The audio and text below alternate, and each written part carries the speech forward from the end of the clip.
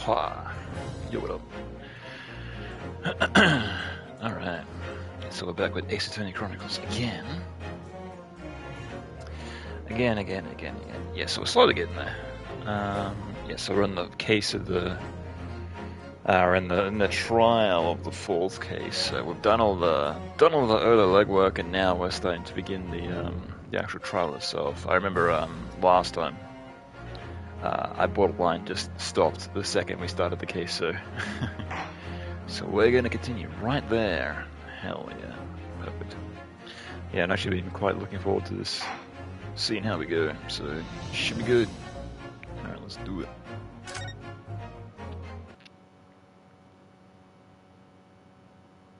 Let's see how we go. So it's what is it? Yeah, the guy on trial is kind of like a nervous kind of guy, and he's like, "I didn't do it. There's nobody around," and I don't know. We're gonna see how we go. Yeah, it's gonna be interesting to see how this one goes. Yeah, and I think per cases, the jury actually changes. So I'm interested to see who actually shows up on the stands and whatnot. So yeah, it's gonna be interesting. And as well, I remember on a previous stream I was saying, "Oh, I wonder if they'll do a sequel to this game." Apparently, this is the sequel because, like, technically yes, and technically no, because apparently the mobile ports of this game, there was with the mobile version of this game, apparently it was split into two parts. And I'm thinking that's what the tiny like little extra trials have to do with this, because there's like small like little extra type trials that you can do. So I think that might have something to do with that. The mobile version, maybe there was some extra content that was cut out of this version just to make it more streamlined, perhaps. So maybe, who knows? Yeah, I don't think I'll end up doing those extra cases. I might do them on my own time, but yeah, probably not on stream. I probably just want to do the 5 main cases and then move on. 20th of February, 9:23 a.m. The Old Bailey, defendant's antechamber. Well, I never expected this. Who'd have thought we'd be back here again so soon? We're on a study tour of Great Britain with the intention of learning the country's legal practices. In all the research and latest court proceedings here, we need as much as court experience as possible. Also, hang on, I might turn it up a bit on my end. 1 second. It sounds a bit quiet. Turn it up by 1 bit. I don't know. Well, yes, I suppose that's true, but for the person in the dock, it may as well be his or her and the only time in court, and it could be life-changing. In which case, treating it as it is research may seem a little cross. Oh, when you put it like that, you're quite right. Good morning. Oh, yeah, Tim. Yeah, he's on trial. Ah, Mr. Natsume, good morning. Oh dear, are you alright? Your eyes are terribly bloodshot. The early bird catches the worm, as they say here in Britain. Indeed, not getting any sleep. I'd imagine so. It'd be fucking hard to sleep, where it's like, oh god, I'm on trial tomorrow, and if I don't make it through, I'm gonna be executed. Yeah, I'm assuming you have quite hard trouble sleeping with that. Yes, I've heard that expression. But I really don't want to catch a worm. I so tried desperately not to wake up early, but I was so worried I couldn't catch a wink. And now I'm absolutely exhausted as a result. Do all literally people take things so literally? Thank you for putting your faith in us today, Mr. Natsume. I wish I had 9 lives and my whole future hangs in the balance. I'm too terrified to tremble. Yeah, he trembles anyway. Really? Because I can feel the tremors on the floor. I can't do this, I can't take it. Although, locum student Mr. Naruhodo Esquire... yes? I caught a glimpse of the public gallery as I walked by the courtroom. It looked like the opening night of the opera, and there were so many people. I had no idea my case was such a notorious affair here in London. Oh, neither did I. Do you know why that might be, Mr. Soda? I'm sorry, Mr. Naruhodo, but I have no idea. So that all-knowing look in your face is just a coincidence then, is it? Don't hide the truth from me. It's all because of the Reaper, isn't it? Lord Van Sykes? Is that right, Mr. Soda?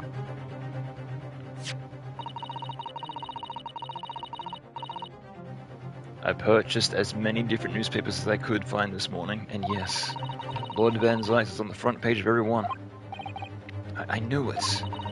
Sometime after the prosecutor was dubbed the Reaper of the Bailey, he stopped appearing in court, it seems. It's been several years now, in fact, until the day before yesterday. So we're gonna find out, like, why he came back to the courtroom? Maybe. Yes, Inspector Gregson told us something similar, didn't he? Trial 2 days ago marked Lord Van Sykes' return to the courtroom after a very long hiatus. Trial of Magnus McGillard. What a harrowing experience that was. I believe that appearance made even greater waves here in the capitals than today. But we wouldn't have realized, of course, only having just arrived in the country.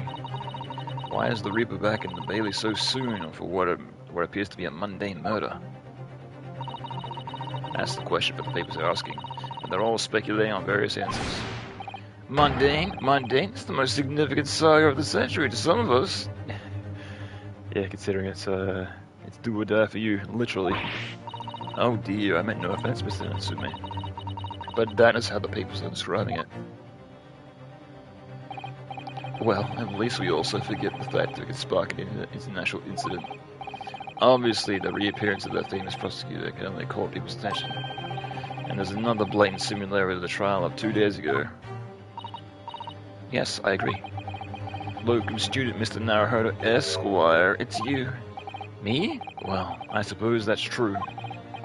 Both times it is you who stands against the legendary prosecutor. It can only mean that you're friends with the Reaper. Please, don't rub shoulders with death. I don't rub shoulders with death bringers. Of course, you're in cahoots, right? I'm afraid the only that's the only other explanation. It can only be another example, Mr. Naruhodo, of your uncommon bad luck. Thanks for that. Hang on. There's something stuck in my teeth. I can feel it. Yeah. Yeah, I was like eating some like steak like before this. I was like some meat product or something. A little bit stuck in my teeth. Oh, this is just my luck. Why must I be represented by a man with such a frail fortune? By the least lucky lawyer alive. Well, let's not forget that it was you, Mr. Natsumi, who asked me to represent you. Oh yeah. Yes, it's true that I'm just a student new to London with little in the way of experience or skills or luck.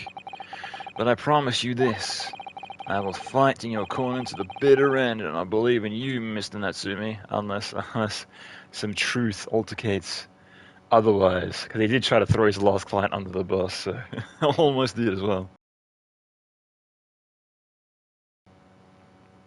Yeah, if the trial didn't get thrown away, you might have just done that. Oh, benevolent locum student, Mr. Naruhodo Esquire. You're not alone here with us, Mr. Natsume. Whatever happens, we will always be on your side. Oh, benevolent non-locum assistant, Miss Mikotoba Esquires. A little quite rolls the tongue. I am in your debt forever. I shall never forget this guy. Miss Natsume, her counsel for defense. Too late on that. The court session is about to begin. Kindly make your way into the courtroom at once. Alright, here we go. Alright then, Mr. Natsume, it's time. Let's go. Yes!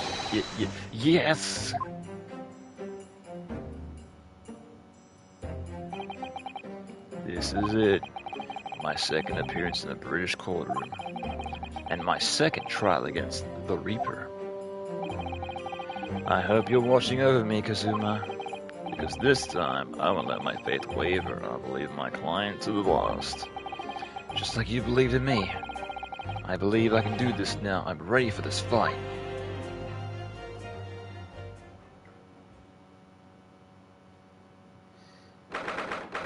20th of February, 10 a.m. The Old Bailey courtroom. Oh yeah, so there are different people on the stand. In the name of the Majesty of the Queen, I hereby declare this court to be in session. I now call upon the counsels for prosecution and defense to declare their willingness to proceed. The prosecution is fully prepared, my lord. The defense is ready, my lord. The Nipponese are a truly fascinating breed. Sorry? What?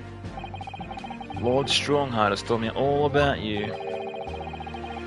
That you were a student who arrived in London but 2 days ago, a mere amateur.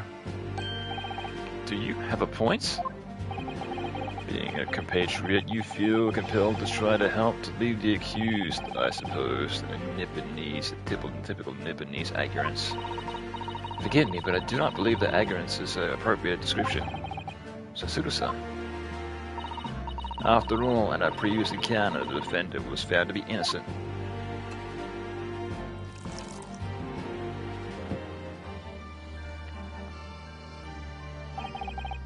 Very true, and most fascinating, if dark, trial it was too.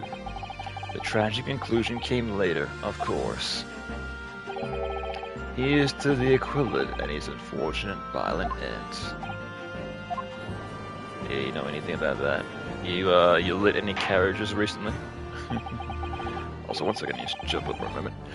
Oh. Yeah, I need to crack my shoulder. Ooh, stretch a bit. Can I? No, it's not going. Yeah, it's like I can feel like the. Yeah, I can feel it in my shoulder, but it's just not going. No, that sucks. Because I can sometimes get it to go. Like I can move like my arm back and it'll go pop. But today, I can feel it needs to be. But it's just not going. Thank you, counsels. I see that both sides are in fine fettle. Now, ladies and gentlemen of the jury, are you ready to carry out your duties here in court and appear impartial members of the public? You never know when you might be down your luck, but I believe it's fair play for everyone. Oh, it's kind of ironic. He's on the stand now. He's like, aha, now I'm on the other side, motherfuckers. Well, I must warn you, I'm rather more ruthless than I want to appear. Oh, well, not me. As you see was what you get. I'm a peace-loving fella. And she's on the stand as well. Wait, would she be like a part of this trial? So she would be a part of this trial and she's a juror? Huh? How many people live in this town? It's far more than a coincidence. I'm afraid to say it might be possible that mustache foreigner did the deed. Come on, what are we waiting for? No daddy did it anyway. Sorry, I didn't quite catch that. That's helpful, having a guy that can't even hear. Very well, let us proceed. Your opening statement, if you please, Lord Van Zyx. Very recently, Great Britain signed an alliance with the rising power in the Far East. The accused in the dock today is a student from that same land, a certain Mr. Sasoki Natsume. And while our country has extended the foreign student with the warmest of welcomes, regrettably, the kindness is not being returned. In fact, the student is the curse of the most sinister act. How about you? And plunging a knife in the back of the innocent woman who was doing nothing but walking down the streets. A knife crime? I'd say it's a bitter experience. Those are the worst. The bloody oath they are. Just look, that fellow complexion and short stature. He's one of those dreadful Japanese. Racist. Come on, let's get this over with. And with me now, everyone. 1, 2, 3. Sorry, I didn't quite catch that. Pray forgive the scurrility of smashing my hello chalice here in the great chamber. That last guy's probably going to be like, I'm only going to listen when, you know, it, when there's certain bits and pieces that actually, like, when there's like the parts that actually, you know, convict him or non-convict him, he's probably going to choose accordingly, right? Right?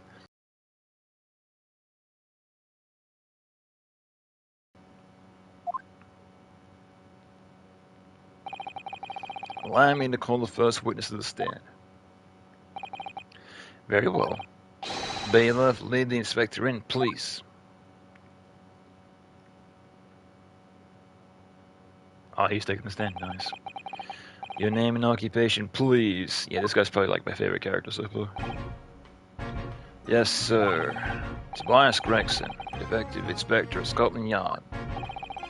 Would you please summarize the events of the case for the court, Inspector? The victim thought to be a young woman in her 20s by the name of Olive Green. I beg your pardon, Inspector. Thought to be? Yes, having been stabbed in the back by her attacker's knife, the victim fell unconscious. This was 3 days ago now, and she's been comatose ever since. Yes, so she wasn't killed. It's interesting. It's like the first case in Ace Attorney history where somebody hasn't died.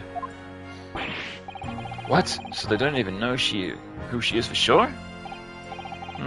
Comatose, I see, but her life is not in danger? Fortunately for the Eastern student, the charge will not be murder. Pray, elaborate on the details, Inspector. Okay, so he might not even be killed if this goes, you know, doesn't go his way. Because he won't even get charged with murder, right? Might just go to jail.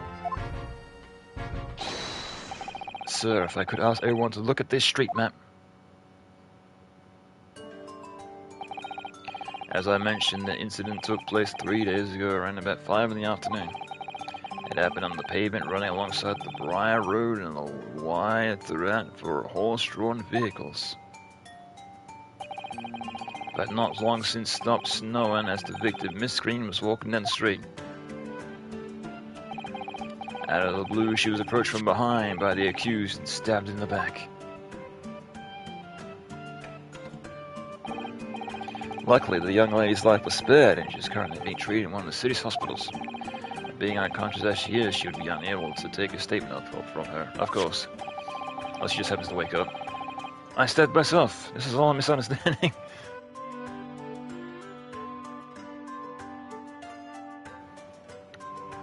This is the case file with everything we know about the victim so far. Thank you, Inspector. The court will accept this document as evidence, if you please. The case file has been entered in the court record. What of the weapon that was used? Sir, I have that here. It was removed from the victim's back. Ouch. That big thing is starting to make me scared. That big thing is starting to make me scared to walk down the street now. With a heavy blade like that, almost anybody could have been able to stab the poor woman. I'm trying to look. Is that a... Oh, I see. Oh, it's a knife that it's a pocket knife. I see. Right, I was like looking at it. I was like, what is that? Like a leather sheath. But it's like, oh, I see the blade coming out of it. Even the scraggy look, it's Sasuke-san, I suppose. A common or garden jackknife, I should say. Rather nondescript. Thank you, Inspector. The court accepts the blade as evidence. The jackknife has been entered in the court record. Now then, what do we know of the motive? Money or valuables, I presume. From what I can tell by looking at the woman's possessions, it seems like she's a poor student herself. Hard to imagine she would have anything much worth pinching, my lord. I see. Well, in that case, I was looking at some deep-seated resentment toward the victim. I'm afraid I couldn't say. Apart from visiting second-hand bookshops, the defendant, Mr. Natsumi, didn't appear to go out much. At this moment in time, we haven't been able to establish any sort of connection between him and the victim. Yes! If theft and grievance have been ruled out as motive, what reason could have Mr. Natsumi possibly have for stabbing the victim, stabbing the young woman? And you arrested that man in spite of that? It's totally unjustified and heavy-handed way. Objection! Yo, what up, friend? What up, mean? Pray, forgive the discourtesy of flinging a fleshly uncorked bottle in the public gallery. But enough talk, how about you? What's good, my guy? But your words have scoured its hallowed bouquet. For it's you who have learned, my friend, who is being heavy-handed here. What? Scotland Yard doesn't arrest people without good cause. That should be beyond question. You met Van Zyx? Yeah, I already did the case previous, and he was in that one as well, so... You think he's the best character? Yeah, I think the guy who's currently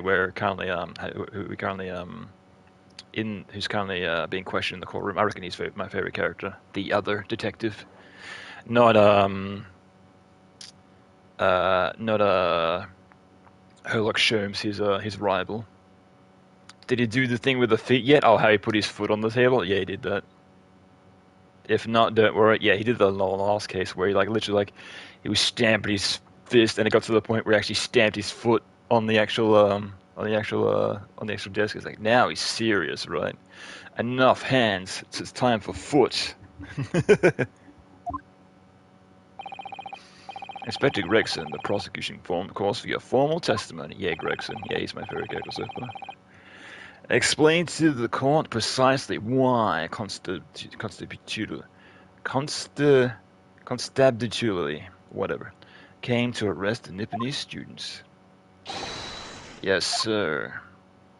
Alright, trying to press you on all the things you say. Mr. Natsumi's arrest. As I said, it was 5 o'clock in the afternoon when the incident occurred, and that was the unusually light fog. Visibly that reasonably good that there was no one around but no one else but the victim and the accused.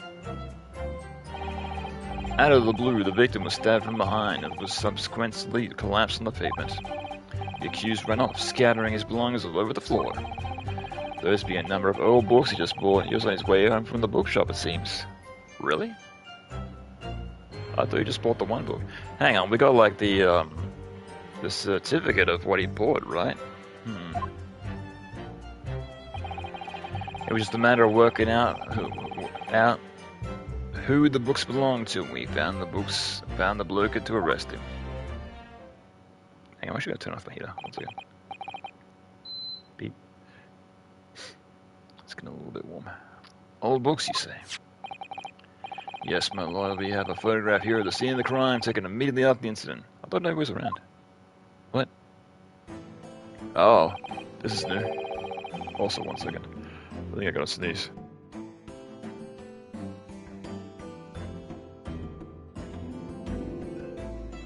Excuse me. Ugh, I can feel something in my nose. Hang on, I just want to blow my nose real quick.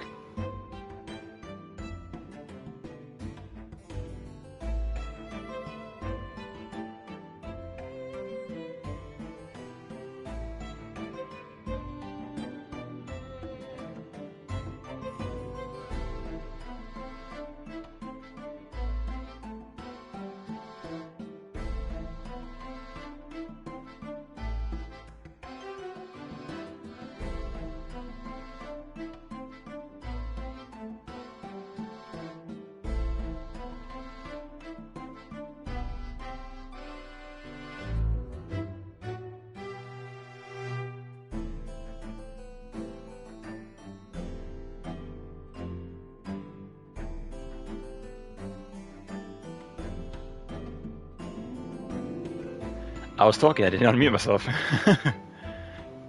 Yeah, when I just feel like a hair or something in my nose, it's like, ugh.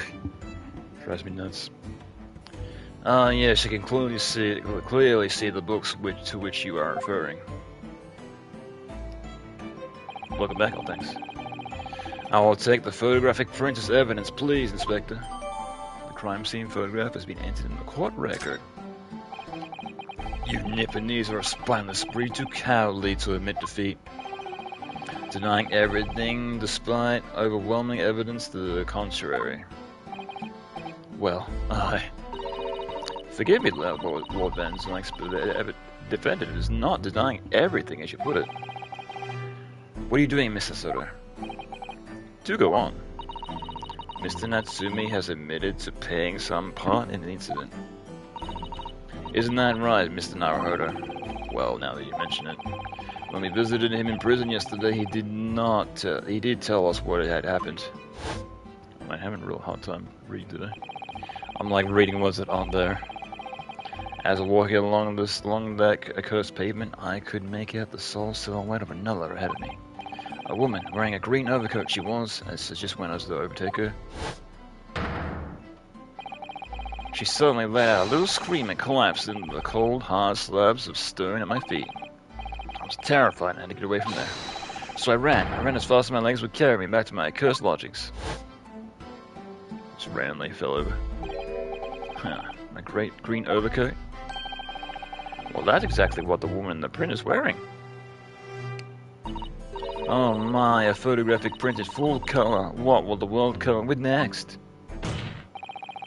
The defendant has done nothing more than admit he fled to the scene of a terrifying incident.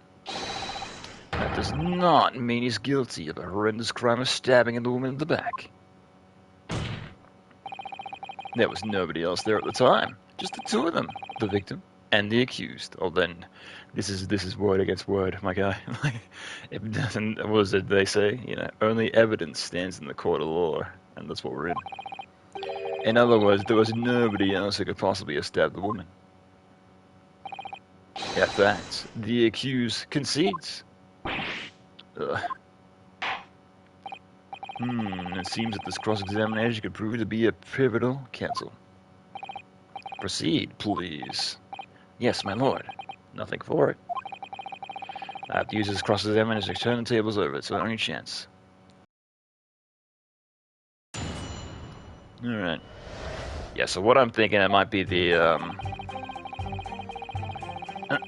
it might be the, hang on, what do we got? It might be this, right, the receipt.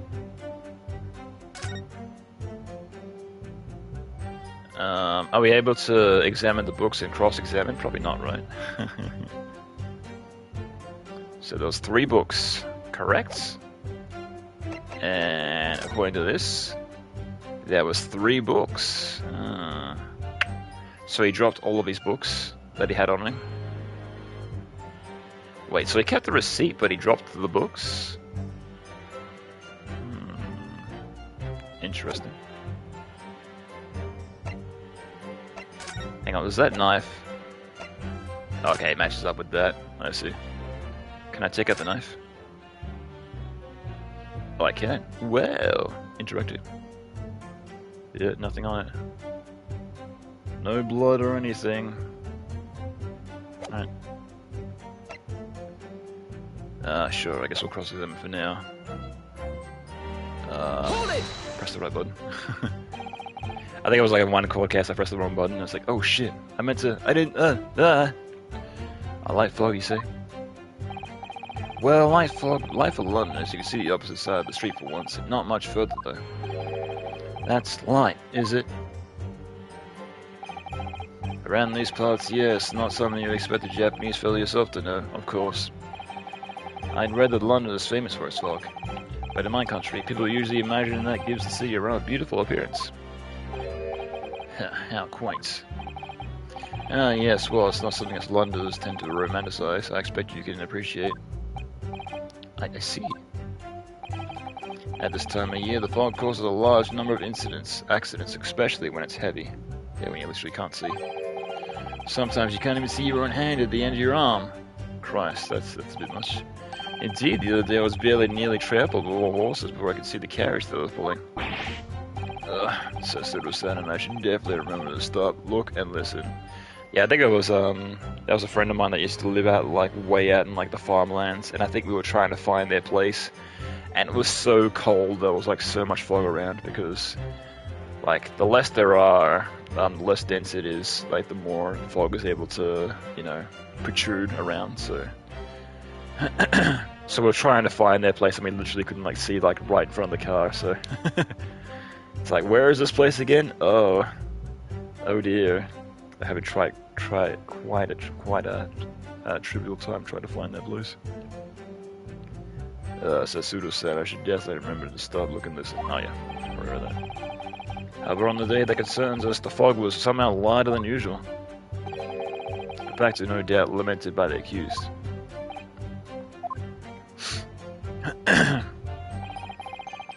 Visibly and reasonably good. Hang on. Ugh. Visibly, it was reasonably good. There was no one else but the victim and the accused. Hold it! How were you able to state with that with any certainty? Quite simply, my learned friend, because that is what the witnesses to this crime has told us. Ah, yes, Inspector Gregson mentioned the witnesses yesterday, didn't he? That's right. One of them was a policeman, I believe, from Scotland Yard. That is correct, ma'am. Then we must hear their testimony. 3. The prosecution will call them to the stand.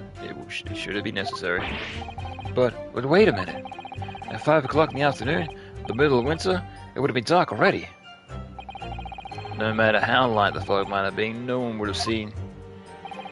I'm unaware of the situation. You're entirely island in the east.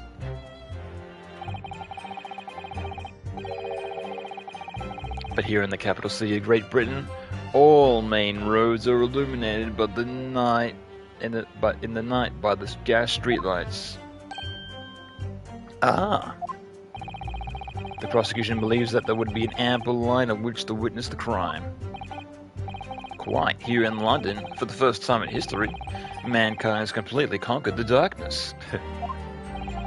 That's right, I guess we were hearing earlier about the policeman who had to have to spend time going around knocking on windows, waking people up, and then they have to go around lighting all the street lights not via hand, but manually, like having to light them because they're gas-based.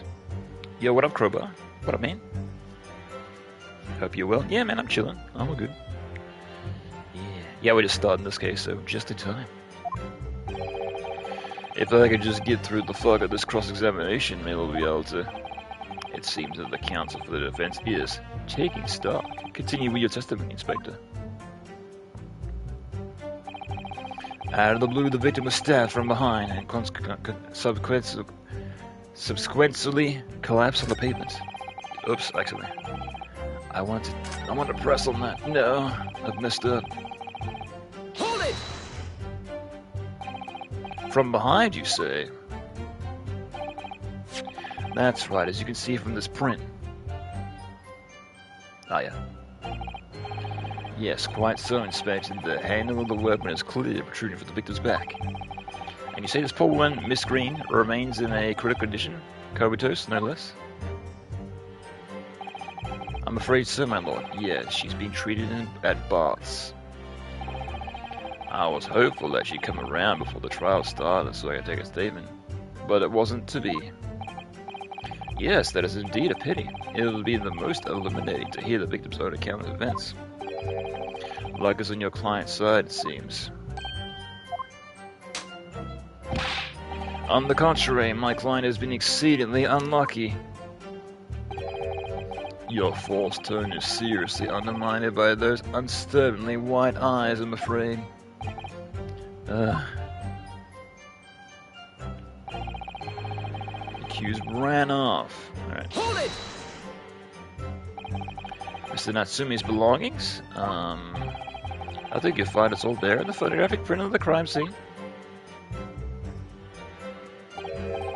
Yes, the 3 books on the floor. That's right, my lord. Second-hand books they were. Irreparably damaged after falling from the snow, of course. Yeah, I guess we couldn't really cross-examine like these 3 books, every single book in his apartment, right? That'd take way too long.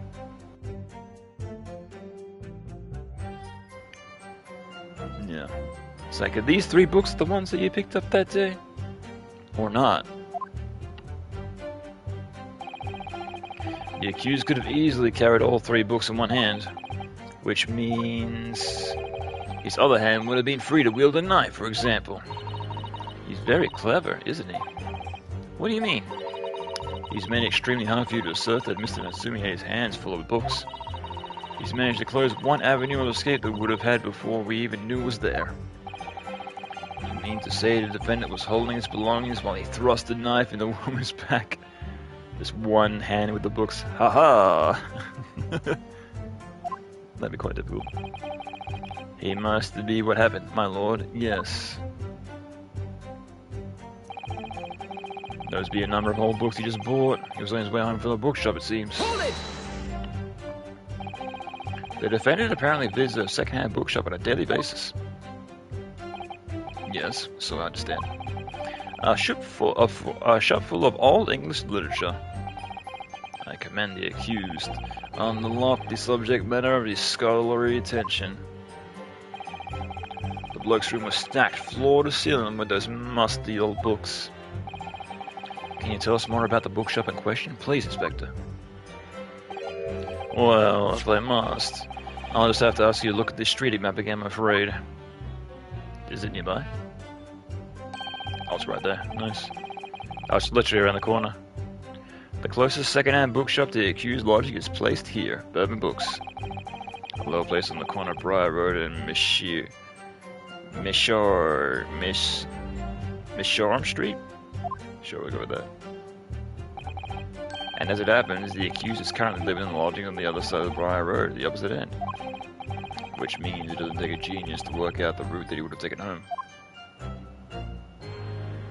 Ah, right. Not necessarily. I mean, he could have, you know, crossed that street at any time, but oh well. Something like this. The local map's information has been updated in the court record. Yes, I can concur with your conclusion, Inspector. The defendant would certainly have passed the scene of the crime on his way home to that particular shop. Mr. Naruhodo, I think that what the Inspector just told us could turn out to be of vital importance. Yes, I agree. The most important point that Inspector just made being... the bookshop's location?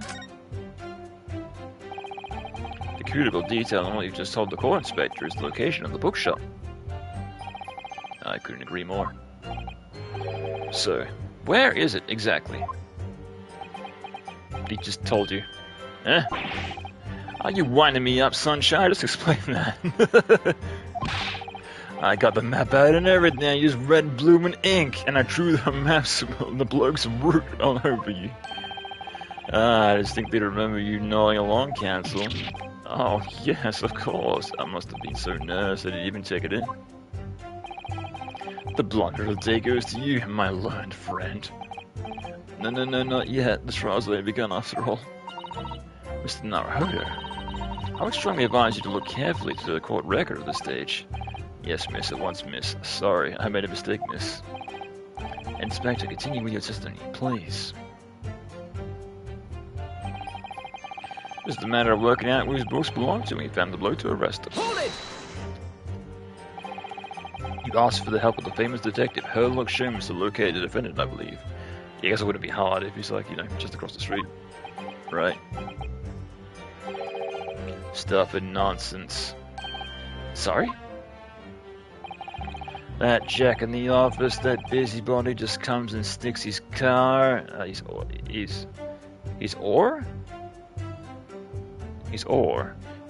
in whether we ask him or not. But according to what I have here, Mr. Sherms was shown by the scene by Scotland Yard detectives. Well, that was nothing to do with me. The lads at the scene must have done it without my permission. And tell them time and time again, whenever something happens, send them to the court headquarters, and then you follow your blooming instructions. I see. That medal that gets your hand on any details will be reading in the Rants magazine next month. And you can bet your father I'll be in there too, stripped of all the hard work on the case. Yes, Mr. Sherms. No, Mr. Sherms. Aren't you clever, Mr. Sherms? That's the thanks I'm getting. Inspector, if the man the proving determination to the Yard's activities, perhaps I should step in and deal with him.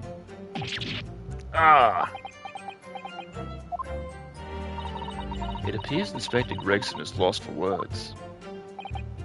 Yes, the Reaper's words carry a lot of weight, obviously. Anyway, the point is, that little Japanese bloke's already admitted it.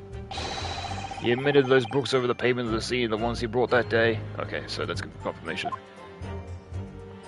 Convenient. What do you think, Mr. Naruhodo? You're unable to sway the jury during this cross-examination, I'm afraid. And Mr. Natsumi's fate will be sealed. Yes, they're sure to find him guilty. One way or another. I have to expose an undeniable inconsistency in this inspector's testimony. Okay, what do we got then? Alright, so for the sake of evidence, what do we have? Right, so that's updated. Since that's updated, that might be vital. Perhaps.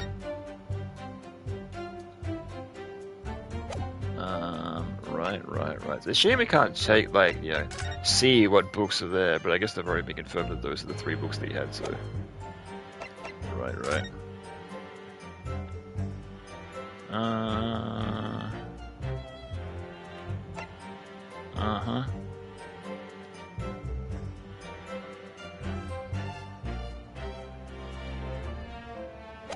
No, that all seems fine. And there's the knife, and there's the photograph. Okay, so we got something, but what is it? Yeah, I think it maybe has something to do with the map, right? Because it wouldn't have updated if, you know, if I didn't press him. So it has to have something to do with this map, right? Unless I can, hang on. Can we check the map? No, we can't. We can only zoom. Right there. It's a tiny, like, little thing. Nah, because that screwed me up in the past before when it's like, I want to present something, but it's like, no, you gotta examine it first, because I say so, I'm the game, and fuck you. So, yeah, I hate that. That's like screwed me over a number of times in this game. So, yeah, I can't examine the titles of these books. It's blah blah blah blah blah, whatever. Yeah, I'm guessing that's more or less, because that's done in like a lot of like Japanese space games, or even like a lot of like Western games as well, where it's like the title of something, so just like, you know, da da da da da da da, whatever. Obviously, because it can be like in any region, like, so it's not like, you know, in plain English unless it needs to be. So, right. Yeah. Okay.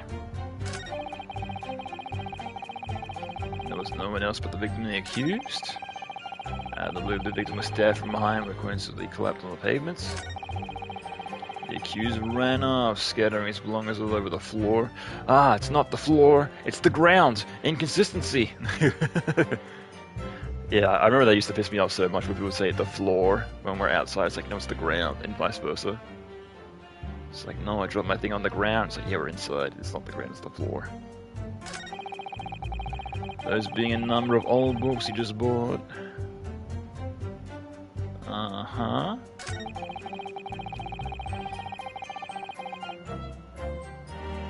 Oh man, this is hard.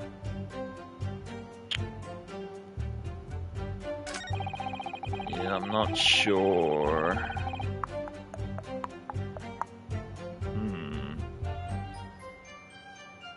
Yeah, I can't press again, can I? Or what would be the point? Unless I can press again and I can choose something different in that part where it's like, there's something of significance, right? Hold it! Hang on, let me try. Mash through this as fast as I can. Blah blah blah blah blah. Blah blah blah blah blah.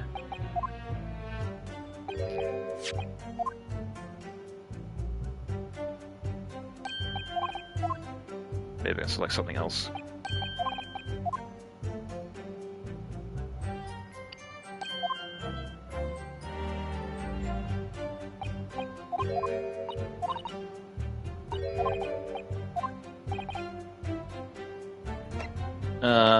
The bookshop's stuck. The bookshop's name. Inspector Gregson, may I ask you a favor? What? Would you kindly add the name of the bookshop to your formal testimony, please? I believe it may be of vital importance. Maybe. Oh, well, you know, I mean, yes, it could be a very important clue. Very well. Not that I can see it being of any great significance. But please revise your testimony accordingly, Inspector. My sir, my lord, whatever you say. Could it be any more sardonic?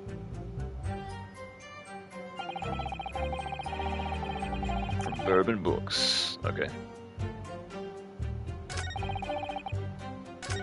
So can I do the third one as well? Maybe. Hang on, let's have a look here. Bourbon Books, huh? Oh, was there a different bookshop that he was coming back from? Oh, hang on, hang on. Your books! Aha! I'm a genius. I did it. Yeah, it's not the bookshop that he was coming back from. It was a completely different bookshop. Got him. Objection!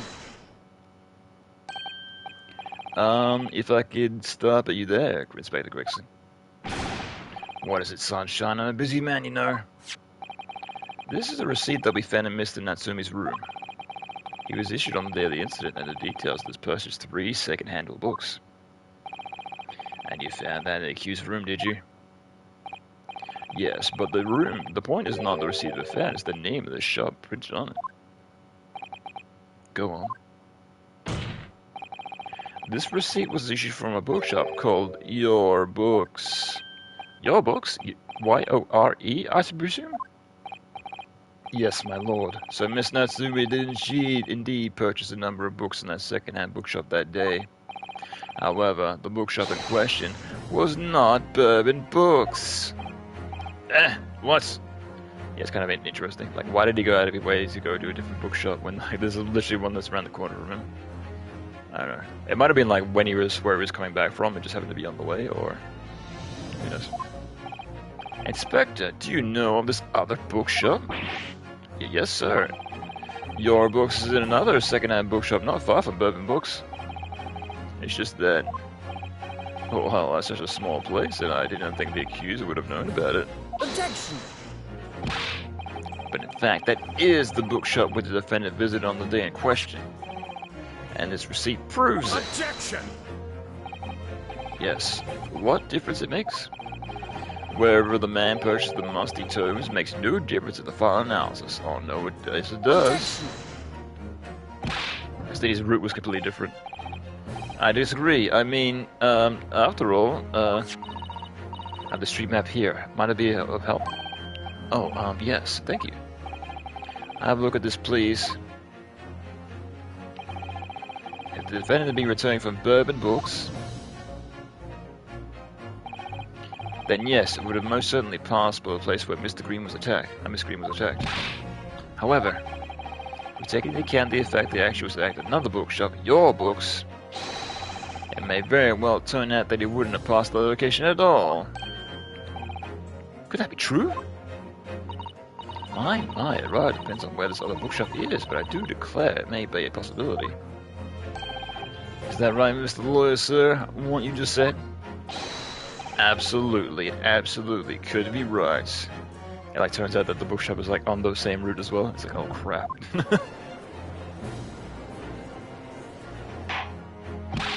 Inspector Gregson, where is this Your Books establishment? Well, obviously we looked into that. It turns out that Your Books is just here on the next corner of Mershon Street, going east. The local map's information has been updated in the court record, so he still could have passed by. So that still leaves it open that he could have passed by, because he could have gone either on the top or down the other side. So yeah, so he still technically could have passed by. Yeah. And there you have it, as you can clearly see now. Oh.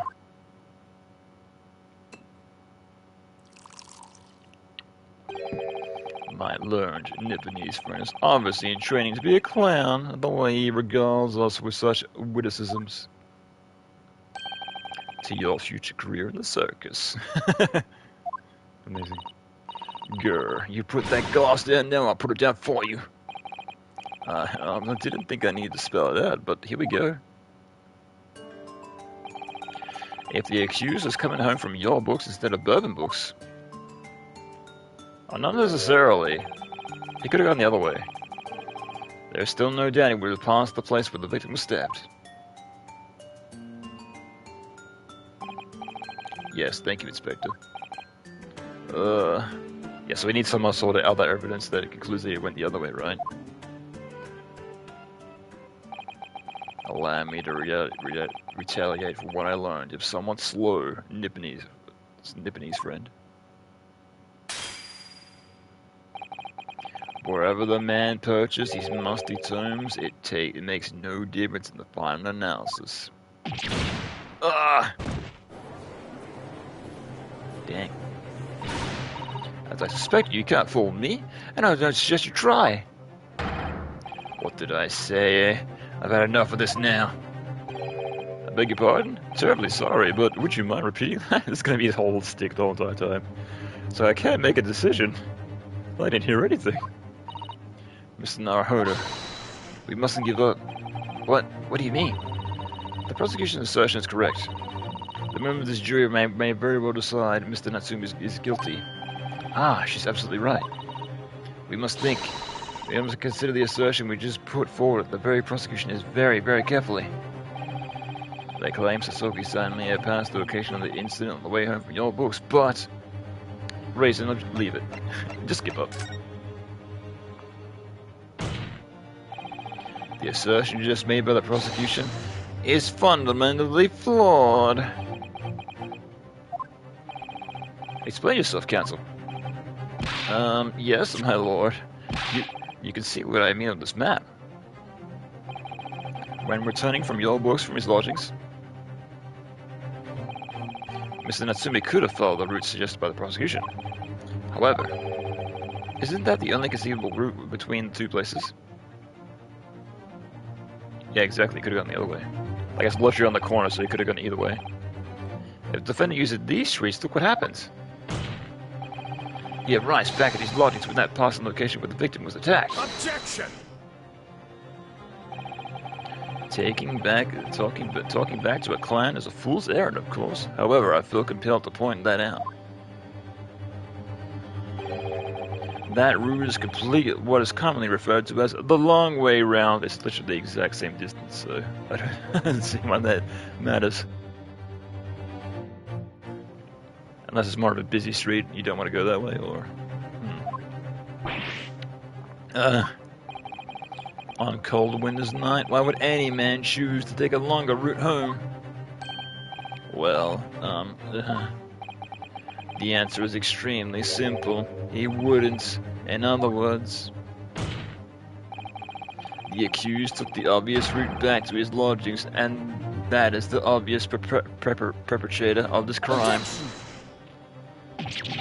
But, aha, yes, and I've got it. Obviously, you must ask the man himself, Mr. Natsumi, on which route he took home. Yeah, exactly. I have already informed the court of the accused's response to such questioning. He claims he has no recollection. Ah, crap. That's right, as I said, the bloke seems to be spending half his time wandering aimlessly from A to B. That day was no exception. He says he doesn't remember where he was or which route he took home. I'm pretty sure you remember that, right? I don't believe this.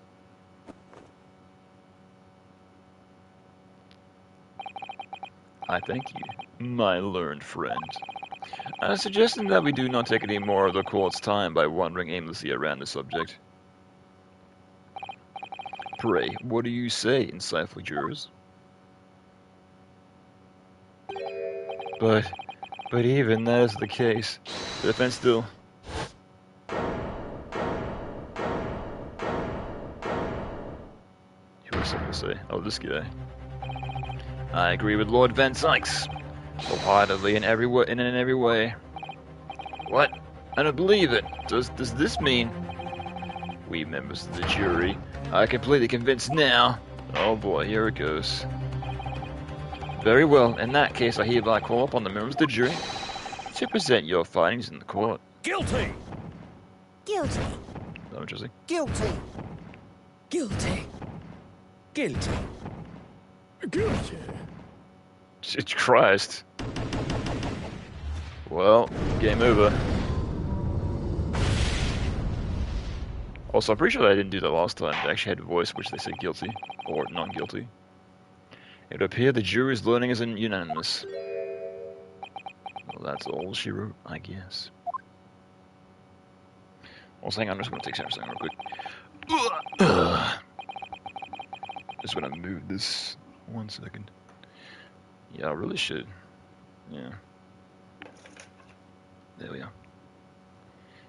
Because every time I like eat a meal, I have the habit of like putting it like right next to me. And it's like I can smell that, right? It's just in my nose, just disturbing me. It's like I can smell that food that I just ate, or what's left of it still.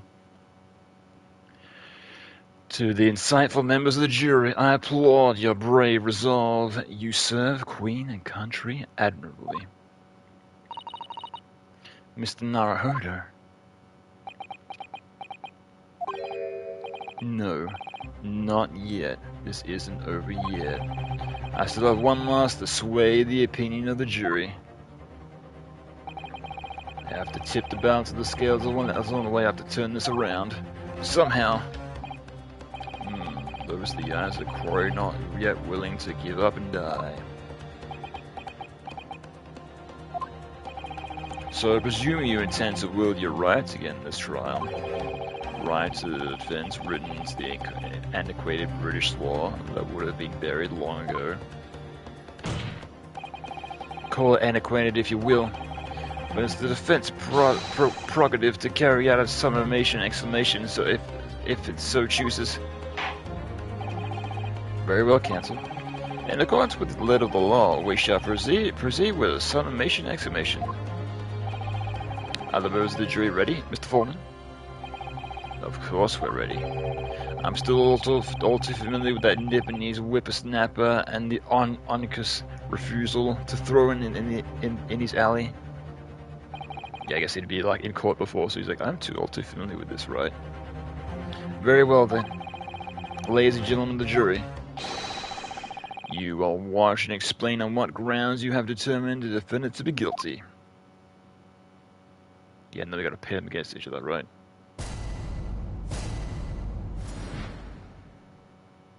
The jurors' contentions. For pity's sake, that little Nipponese oddity already admitted himself, didn't he?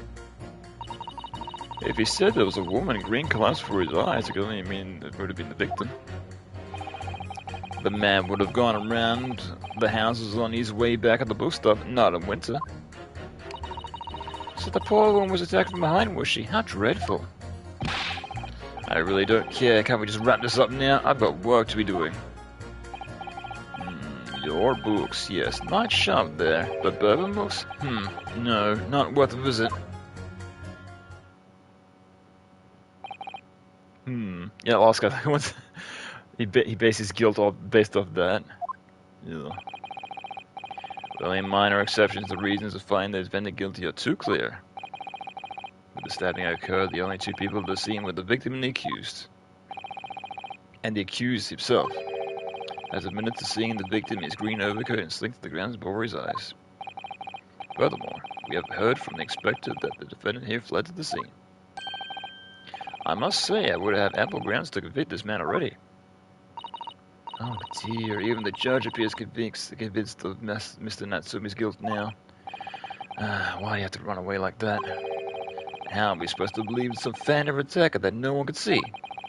This is impossible. How could I possibly make a case for defense? Mr. Narahoda, this is no time for grumbling. If we want to force this trial to continue. Yes, I know. I have to turn the tide. I must make the jurors change their minds. Well, 4 of them at least. Exactly. We have no choice but to forge forward. You have the floor, counsel. Begin your summation! Exclamation. Yes, my lord. It's go time. I need to keep this trial going somehow, whatever it takes. Come on, Ryan Nosuke, you can do it.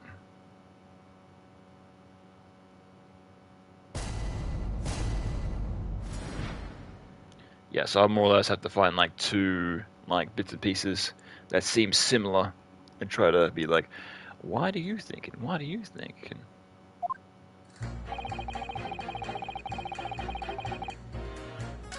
Alright. A woman in green. Yeah, I'm thinking... Oh, I know I can press them accordingly, right? Yeah, I can press them all. But then I have to pit them against each other, right? Oh, wrong button. Hold it! Excuse me, but... Aren't you... Yes, that's right. I was in the witness stand myself just 2 days ago. Yes, I had a feeling I knew your face. Or the sight of it, anyway. If I remember correctly, you're a banker, aren't you? That's right. After the gold rush down under, I came back to London to work. And it was all going swimmingly until you started frolicking around. Bruce Fairplay was a man of repute. Sorry. Don't think I've forgotten how you treated me the other day. You and had me and that young hatter pegged as criminals. Oh, that's right. Yeah, we almost convicted you. Oops. Oh, well, you know, water under the bridge. Yeah, there's all sorts of rumors buzzing around. The police have been badgering me non-stop. If I could turn back the clock. Well, anyway, I don't know about the hatter, but at least we're in the clear now. And free to make up my own mind about who's guilty and who isn't. Huh. Thank goodness. Alright, maybe I might struggle to catch this man's mind, given our awkward history. Oh dear, I wonder what's become of Mr. First now.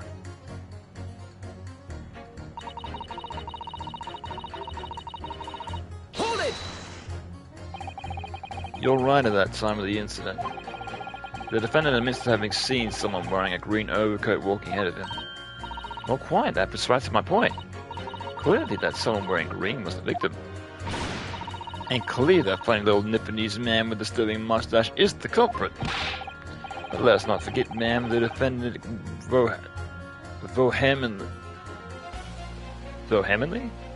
vehemently denies attacking the woman. Why, of course he does. He admits to stabbing her and his life is over. That man is obviously a little-faced coward, honestly claiming the woman simply collapsed before his eyes. But if that's a lie you're suggesting, you should not think he would have concocted something more credible. Oh, I really shouldn't say, after all, you are foreign, and who's to say what goes through your funny little minds? If I could tell what's going through my funny little mind right now, you wouldn't like it. I do declare this man has already made his admission.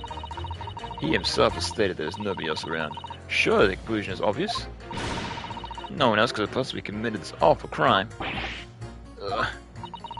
If no one else could have done it, the accused must have been a man. Really, it couldn't have been more simple. Your argument is compelling. Simply, I must admit. You cheers for voting water. Appreciate it.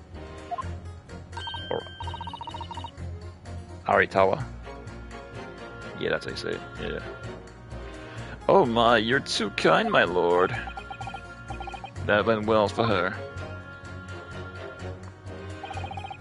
The man would have gone around the house on his way back from the bookshop, not in winter. Almost. Yeah, I almost got it. I kind of misread it. Yeah. Yeah, I really need to bump up the size text on my laptop. Yeah, because I've found a few times where I've been like, is that what it says? Is that what it says? Yeah, I need to make it a bit larger, that's for sure. Because I have trouble reading long distances, so I should have made it bigger. It's like, oops. It's like, I can kind of read it right. Good enough. How you doing? Yeah, I'm chilling. Just playing through this video game. Video game. So we're on the fourth or fifth case, so we'll get through it. Slowly. Sorry for interrupting your writing. Oh, that's alright. No worries. Always happy to talk to chat. Not a problem. Not a problem. Oh, good. I need to take a water break anyway, so. You're reading so much. Alright. Press. Hold it! But you can't deny that there are other routes Mr. Natsumi could have taken back from your books. Oh, yes, like he drew on the map, you mean? What was it? Cabotage Road or something? Precisely. It still seems to me that what counts is whether or not the little Japanese fellow actually went that way or not. Where's Duck Hat Woman? Oh, she went to jail, so she's out of here. I'm pretty sure. Yeah, she was in the very first case. Oh, not the very first case. Was it the very first case? Oh no, that was in the... No, that was the first case, right? Yeah. Because the second case was the boat, right? Yeah, that's right. Yeah, so she went to jail, I'm pretty sure. No, it was that she was going to get shipped back to her own country and them were going to take care of her, so... I'll wait for you, dark woman. You were the best. Well, yes, that's true. And at that moment, there's no proof that shows what she did, is there? Well, yes, that's true as well. As I understand it, the accused himself doesn't remember which way it went, does he? Well, yes, that's annoyingly true. Winter nights are dark and cold, so the way that I see it, you'd want to go home as quickly as possible. Well, yes. Why is all that true? So really, the only thing that makes sense is that he went home along Briar Road. I'm supposed to be convincing you here. I've given a lot of thought, you know. I should make up my mind on a whim that he did it. I mean, if there was some logical reason why he might have gone to Cavendish Road, either way, it would be different. But happy to reconsider my position in that case. Honest, I would. A reason why Sasaki-san might have taken a longer way home. Yes, a good reason. I don't imagine you'd be able to sway this young man's opinion with that one. A reason, huh? Well, I can't present anything, I just gotta pit them accordingly, right? Young woman was attacked from behind. Hold it! Whatever is the matter, young man? You're the wife of Mr. Carradine, aren't you?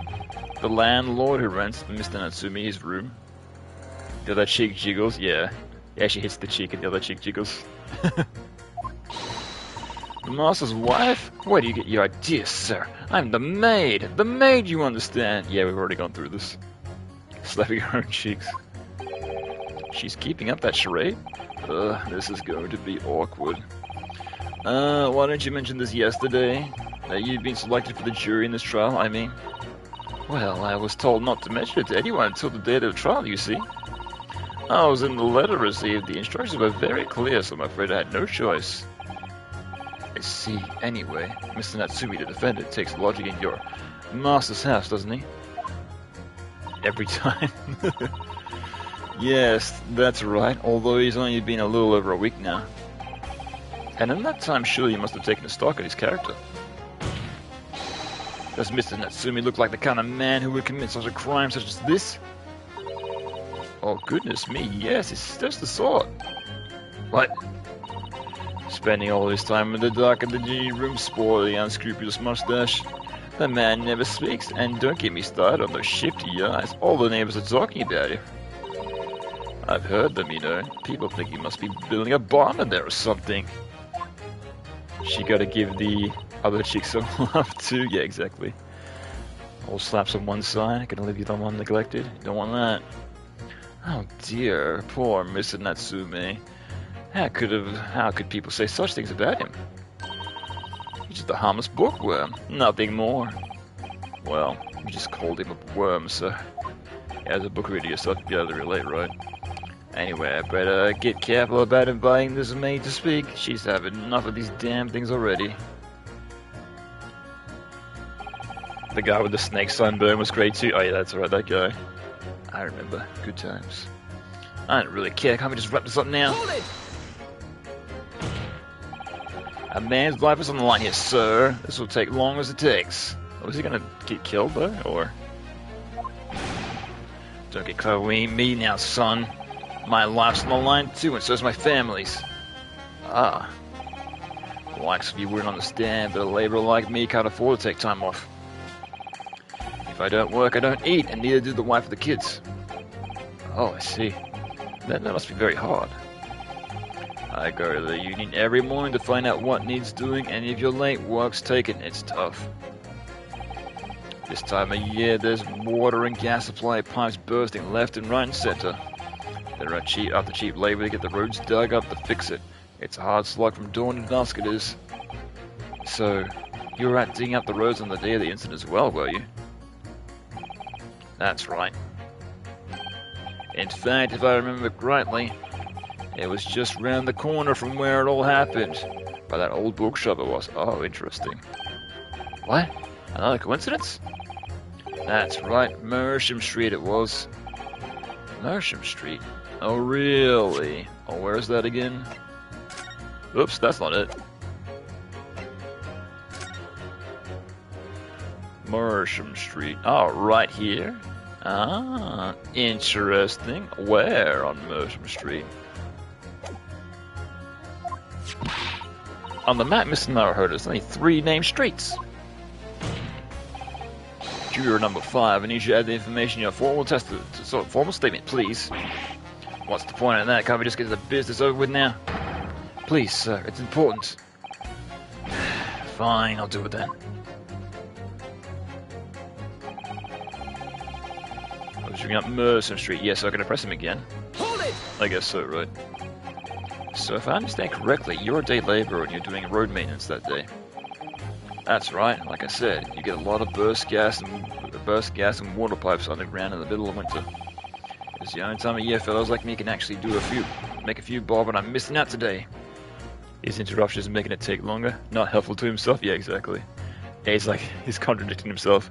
Like, I just want to get out of here. It's like, well, not telling us everything. It's just taking us longer. And when you say from dawn till dusk, well, the work has to be completed within the day, you see. No coaches or pedestrians can pass while it's happening. Oh, interesting. So that happened yesterday when nobody could pass. I wonder if I could trouble you, sir. To mark this on the street map, the exact location of the works you're carrying out. Give it here then. Let me have a look. Well, I guess it's going to be in the middle of the street. Right, let's see then. Yep. Yes, so no, he couldn't have gone that way. It would have been possible then. Haha, I gotcha. Right here, Mersham Street. Yes, just here, like. It was a tiny dig, I tell you. We had to get through all the drifts of snow that had frozen solid. And at what sort of time did you finish work? Well, we started in the morning and we can't have been finished before 6, I'd say. See, we was going by at 5, right? The murder happened at 5 o'clock? Yeah, so it'd be impossible for him to go that way. The snow stopped coming down and long past dark for sure. That means the work was still going on when Mr. Green was attacked at about 5 o'clock. Road works on Mersham Street, huh? Yeah, could use that evidence a bit earlier, but oh well. Your books. Nice shot there. Hold it! Sorry. Fold it, you say? Fold what? No. What I said was hold it. What I wanted to ask was, do you visit your books often? Like the old books they have in there? Yes, I enjoy reading them over a nice cup of old tea. That's my daily routine, as you say. Same thing every day, including the day that you're all talking about. And at what time did you visit your books on the day in question? Well, I was picking out books in there all afternoon, and it would have been just before 5 that I left. So you would have seen him if he was there, right? That's my daily routine, you say. Same thing every day, including the day that you're talking about. Just before 5, you say, exactly when the victim was attacked. Are you sure about the time?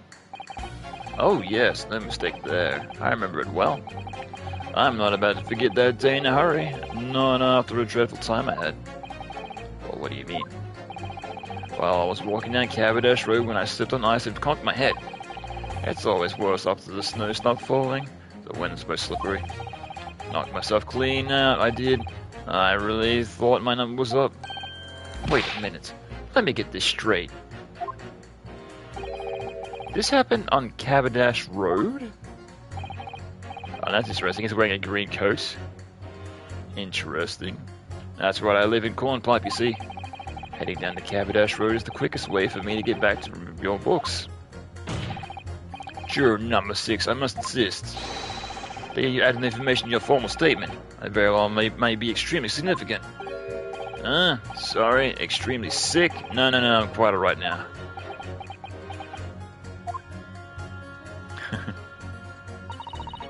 Sent a shiver down my spine to hit the members of the jury so convinced of Mr. Natsumi's guilt. But I can't help feeling that some sort of opinions are rather subjective.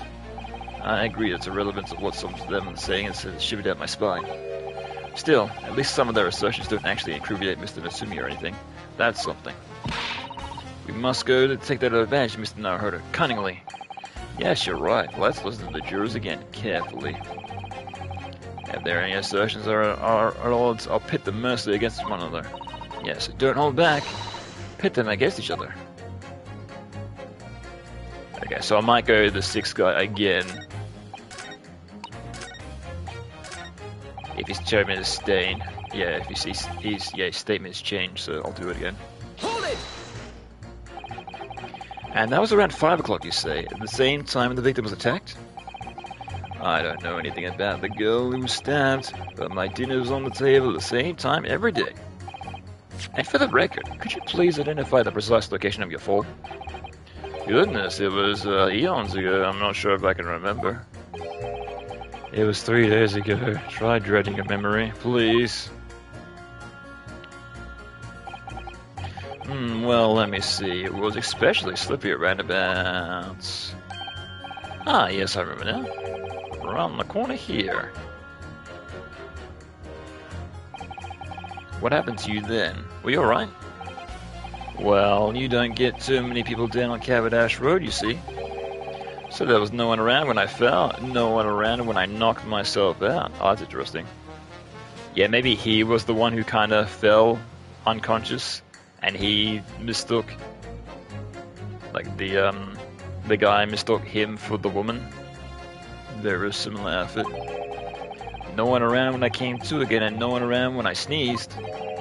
So I picked myself up and went back to my nice, warm house where my grandchildren were waiting for me.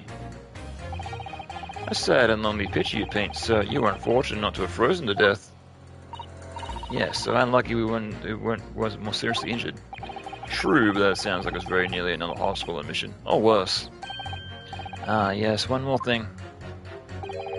Were you wearing that same green overcoat on the day in question? Absolutely, it's the only coat I have. It took until this morning to dry it out properly. Good job too, or I have nothing to wear here. So count your blessings, I say. I suppose we should. This gentleman certainly had a close shave there. Interesting. Okay. So I gotta pit him against each other now, right? Let's do that. Yeah. Okay. So we gotta pit accordingly. Alright, who has similar testimony?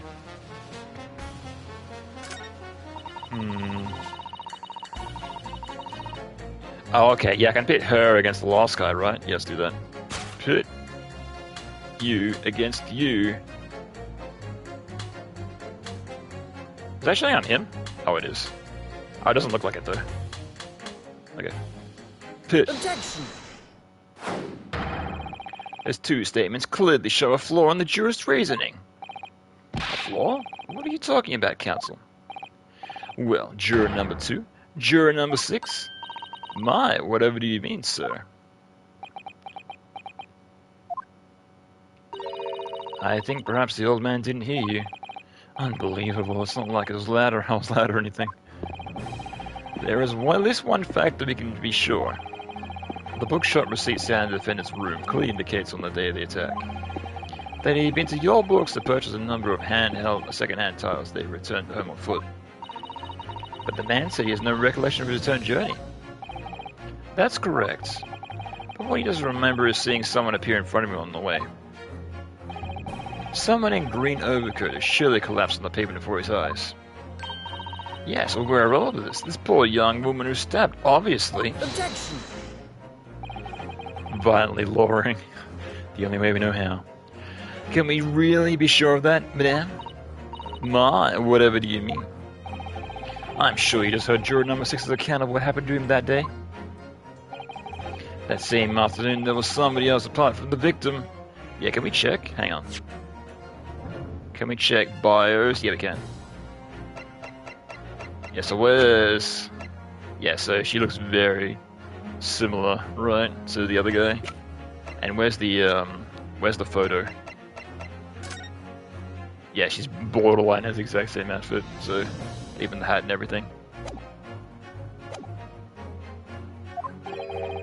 who was wearing a green overcoat and fell over on the icy streets in the neighborhood. Oh my. My goodness, you mean... That's right, I'm referring to, of course, the hard of hearing juror number 6. Yeah, but that still doesn't make sense of how his books got next to the crime scene, so... Unless he just accidentally dropped them on the way by, but he didn't even go that way, so that doesn't make any fucking sense. Are you really suggesting that this person in green overcoat who the defendant saw collapse in front of his eyes was the jolly old gentleman at the end of the bench here with us today? That is entirely possible, yes. After all, the old man was somehow similar build to the victim. Well, look at that. My goodness me. Sorry, you need a pee? Yeah, I kind of do need a pee, actually. And crucially, we know precisely where the old man in green overcoat fell. On Caberdash Road? Therefore, the person who Mr. Natsumi Su captured collapsing in front of him was in fact juror number 6. It means the defendant must have taken the long route back to his lodgings. And if that's true, then clearly the crime scene on Briar Road where the woman was stabbed was not on his way home. Oh my. You idiot old man, you've been so dark to be running around, and we would have boxed us off hours ago. And really, what were you thinking wearing such a befuddling coat? What did you say to me? Is it a crime for LA to walk the streets these days? Is it a crime to slip over on the ice? Is it a crime to keep on the latest styles and wear a beautiful green overcoat? Is it?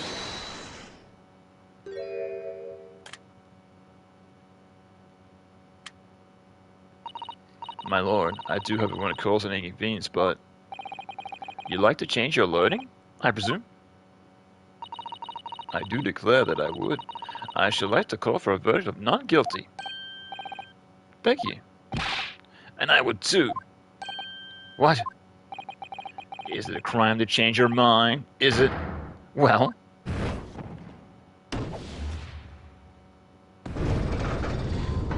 Nailed it.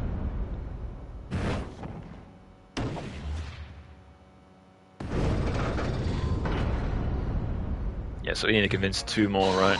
And then we'll have it swayed now, in the opposite way, a little bit more than we need. Oh, well done, Mr. Naruhodo. That was wonderful. Well, we managed to change a couple of minds at least. It strengthened that position somewhat. Yes, and that will prompt the other members of the jury to reconsider up their stance as well. They'll be asking themselves if the current learnings are really right or not. Now, if we could just identify one more clue or discrepancy that will make them stop doubting Mr. Natsume. We might be able to tip the balance completely. Yes, that's exactly what we've got to do. Van Zyke is looking to bring this trial to an early conclusion. That is what we have to present. Or by whatever means we have at our disposal. Thank you, Counsel. On with the summation exclamation, please. Yes, my lord. Alright, before I proceed with that, I'm actually going to pee, so... yeah, I do need to pee, so I'll be right back.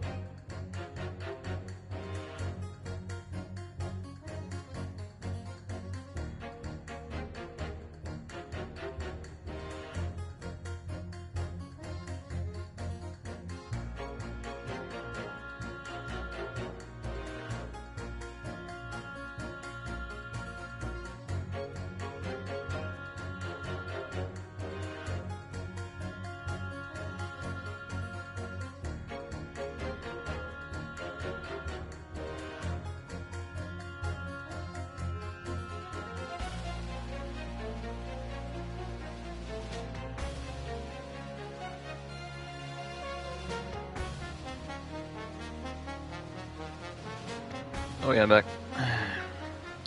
Alright, so who else we got? I think it's gonna be somebody and this guy, right? Because he also changed his statement, so... Because he got Morsham Street from dawn to dusk, and who else we got?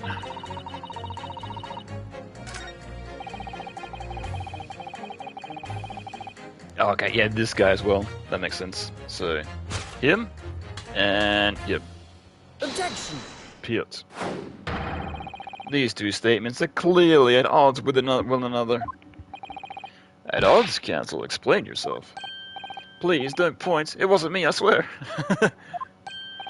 What? I just went to get this done and dusted. Well, juror number 3. Oh, me, sir? What do you mean?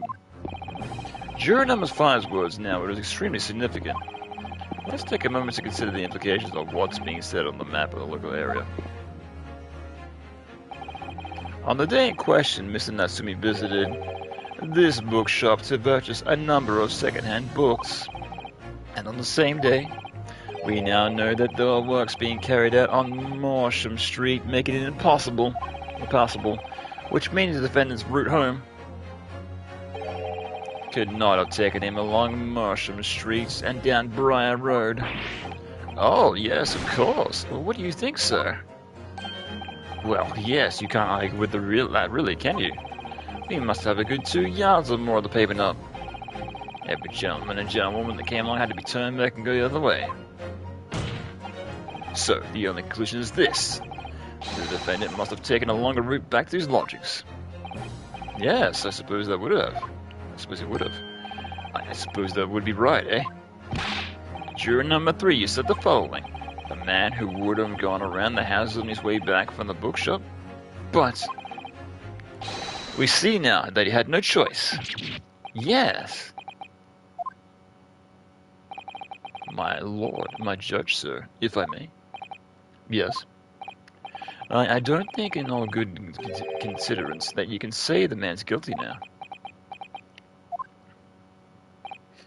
Yes, I'd like to see this trial continue so we can get to the bottom of what really happened.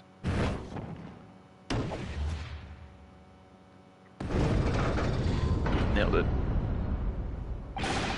What about you, sir? Me? Well, alright then. If there's a hole in the prosecution's argument, I should be filled in. That's what I say. Using his job as a kind of coincidence where he's trying to get to the truth. Well, that summation and exclamation is concluded with a rather large shift in opinion. The ayes 2, the noes 4, and the noes have it. Not guilty, they say. Which means we no longer have a consensus among the members of the jury. The trial will continue. Yeah, but of course this could sway at any time. It could go back and forwards, much like it did last time, so... Objection! Yeah, but still the matter of, like, how the fuck the books got there, so... Could it seem churlish of me to drink my hallowed chalice at moments after raising an objection? Only to crush it in disgust? Pray, forgive the discourtesy. But Lord Van Zykes? It seems that I must retract my earlier remark. What do you mean? I mistakenly credited these jurors with intelligence by describing them as insightful. Yet we have just witnessed them falling for a cheap trick performed by Eastern entertainer. Whatever do you mean? Objection! I haven't tricked anyone. Everything I've said is the truth. Indeed. Stalwart Junior number 5 is undoubtedly repairing the road as he claims. I believe you said it was a good 2 yards of the pavement of which it was excavated, sir? That's right. It took me a whole day and they paid me a measly tuppence for it. Now, my lord Nipponese Fred, tell me. Do you have any notion of the distance that 2 yards represents? Well, if I'm honest, I don't have a clue, no. 2 yards is a little less than 2 meters. Less than 2 meters? That's not much at all. In other words, distance rarely vaulted everyone a moderate vulgar. Bigger? Would you not agree, my stalwart friend? Eh? Me? Well, I can't say that you're wrong, no. What? And did you perchance erect a sign to prevent processions from passing the side of your works? Eh? I wouldn't dream of it. What a waste of time. No coaches would have hopes of passing anyway, so we just turned around and gentlefolk back when they came. Kids just jump right over it all the time. The accuser's no gentleman, as far as I can see. I have little doubt, however, that he could have spring over a 2-yard trench in the mere endings around town. Ah, is that true? Is it? And the incontrovertible truth is that the books just purchased by the accused were found at the scene. There could be no doubt on his way back to the lodgings Matsumi walked by down Briar Road. Crushed in a single sentence. And, old man. Old man? Cold man? You could talk?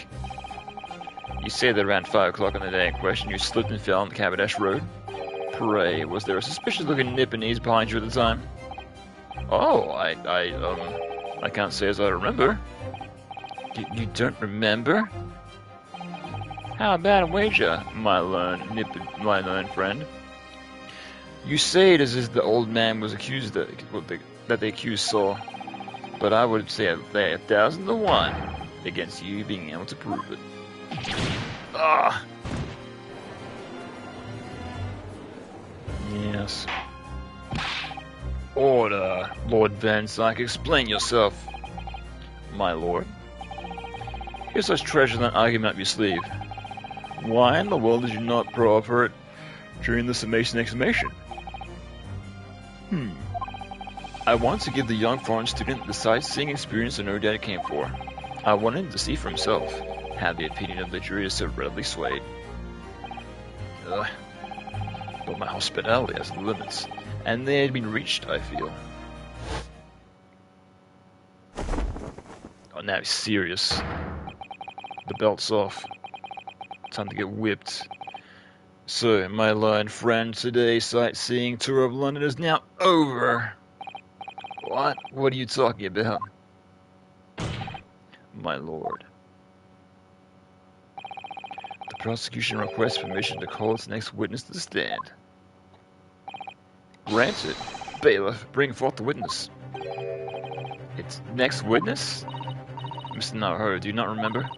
We have been told on several occasions that there were eyewitnesses to the incident, even though apparently there was nobody there, but apparently people saw it anyway. So, yes, as I remember, one of them being a Scotland Yard policeman, no less. I'm afraid that's likely to be the prosecution's next witness. Alright, no matter who Van Zykes brings to the stand as a witness, no matter what they say, I believe in Sasaki-san, and I know he's innocent. And I'll keep believing to the very end until this battle is over.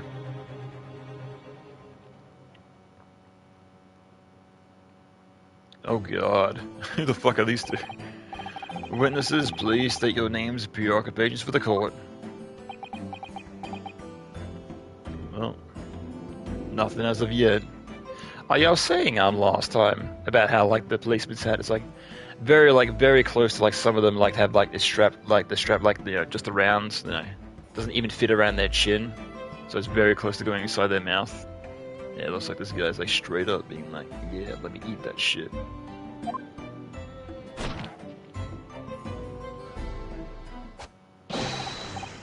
Constable Royal Beat. Ah, sir, nothing report on the streets, sir. Goes back to sleep. And I'm Miss Beat. Patricia's my name, and I'm proud to say this young town's hero's wife. What's the story here?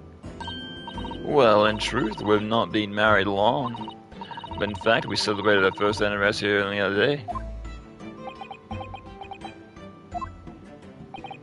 No, it was your husband I was asking about. He seems tired. Highly surprising. While this being an honorable occupation, patrolling the beat is the most demanding work in the world. Oh, really? I'm sure I've heard of that before, actually. Yeah, they're talking about how, like, you more or less gotta patrol the streets all day, you gotta knock on all the windows, and you gotta reach a certain distance. like some sort of like absurdly like long distance worth of walking, and then you gotta go around and you gotta light all the lanterns at night. Indeed, apart from rare days off, our gallant officers trudge like 20 miles a day, you know.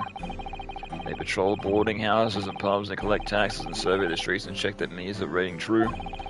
And they're responsible for keeping the streets clean and lighting and extinguishing our streetlights.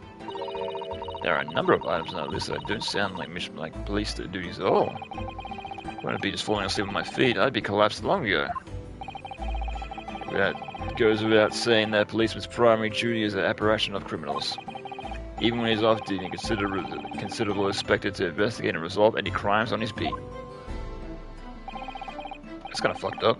It's like it's my day off. It's like you're still expected to like look into any criminals that may go by. I guess so. But still, for London, Bobby is a man of honor.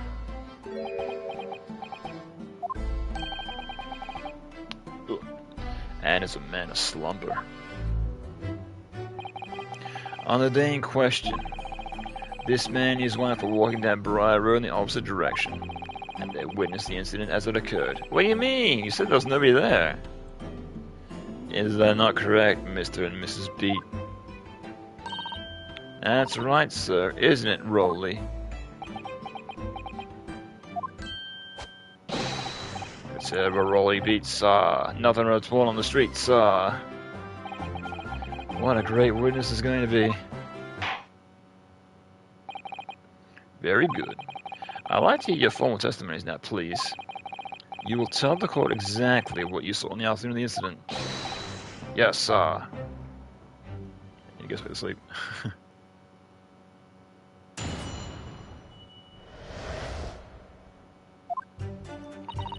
It was our wedding anniversary, and Rowley was taking me out for a meal, and there was no time to change after work. Anyway, two silhouettes appeared at the fork on the pavement in front of us. And all of a sudden, one of them just collapsed on the floor, and then the other scattered something before running off. We ran straight over, of course, and went for help at a nearby police box. It was definitely that Japanese man on the deck. Rowley and I both saw him clear as day. What do you mean? It was foggy as fuck, apparently.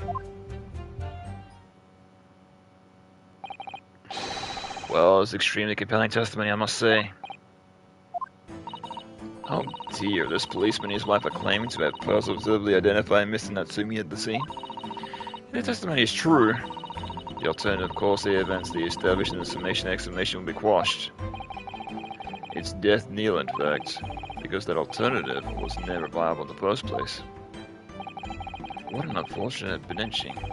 And on your wedding anniversary too. Oh, I know. But still managed to go out in the evening with a man. Thank the Lord for that. Gosh, the life of a London Bobby sounds very hard indeed. Indeed, however. This cross-examination will be over in minutes. You may well have time to rest this afternoon. What do you mean by that? My learned friend, the witness saw the faces of the man fleeing the scene. They are testifying on oath that it was without doubt the accused, Mr. Sosoki Natsume. Uh-oh. And one of those witnesses is a policeman, no less, so you appreciate the gravity of the situation, I'm sure.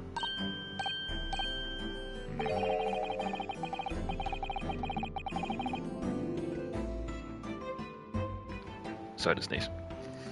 Except the man's so tired his wife has to do all the talking. Enough preamble, counsel for the defense. Commence the cross-examination, please. Yes, my lord.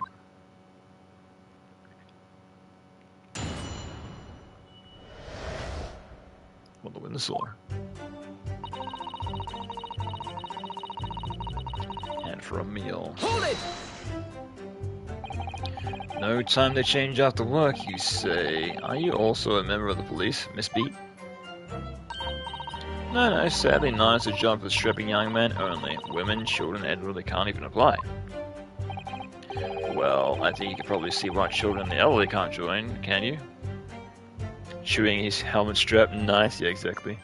Just way too out of it, it's like, whatever. Brain turning to mush, it's like, yeah. I think Rowley looks ever handsome in his uniform. It suits him, it suits you down to the ground, doesn't it, darling?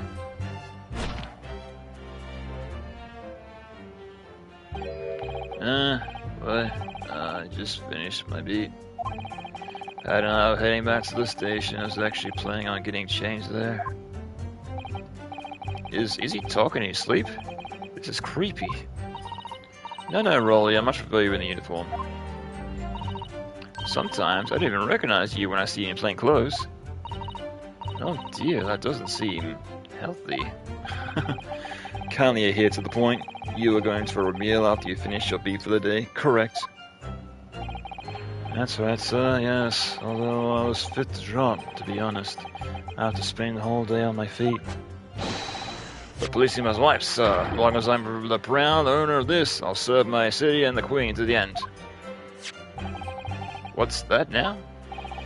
My warrant card, sir. Proof that I'm a London copper. It has the noble fondling our principles of brute force within the honor as a reminder of all policemen of a sworn duty. To patrol the streets of London to uphold the peace of this common man. Sir, and just for a noble cause, I cover 20 miles every single day without fail, without a grumble. Because I know that the prodding of all my boots is all the Londoners would need to hear to feel safe and secure. So fighting crime doesn't appear to be crime in it then. But sir, on this one particular day I was looking forward to celebrating my wedding anniversary. But Miss Beat puts up a lot to be married to a Bobby like me. I just wanted to show my dear wife how much I care. Oh, Pat. Oh, Rolly. Get roomy too. Oh, what a charming couple. That young love was such a joy to behold. If a little over the top, perhaps. And then, can I describe what happened next? Anyway, two silhouettes appeared out of the fog. Oh, did I get that as evidence? No, I didn't. Okay, so he just showed that book to me. He's like, yeah, okay. It's weird how it appeared as like a thing, a piece of artwork, but no. Interesting. Hold it! Two silhouettes. That's right. They were coming towards us, walking up the Briar Road in the opposite direction. Could have been anyway. There was the other plump-legged figure, followed by a scrawny, thin-looking man. That does sound exactly like the victim pictured in this paint, and like Mr. Natsume. Yes, unfortunately it does. And you're certain at that time there was nobody else nearby? Oh yes, quite certain. It was dark, and there was no streetlights on Briar Road, you see. There was nobody else around at all. Isn't that right, my darling?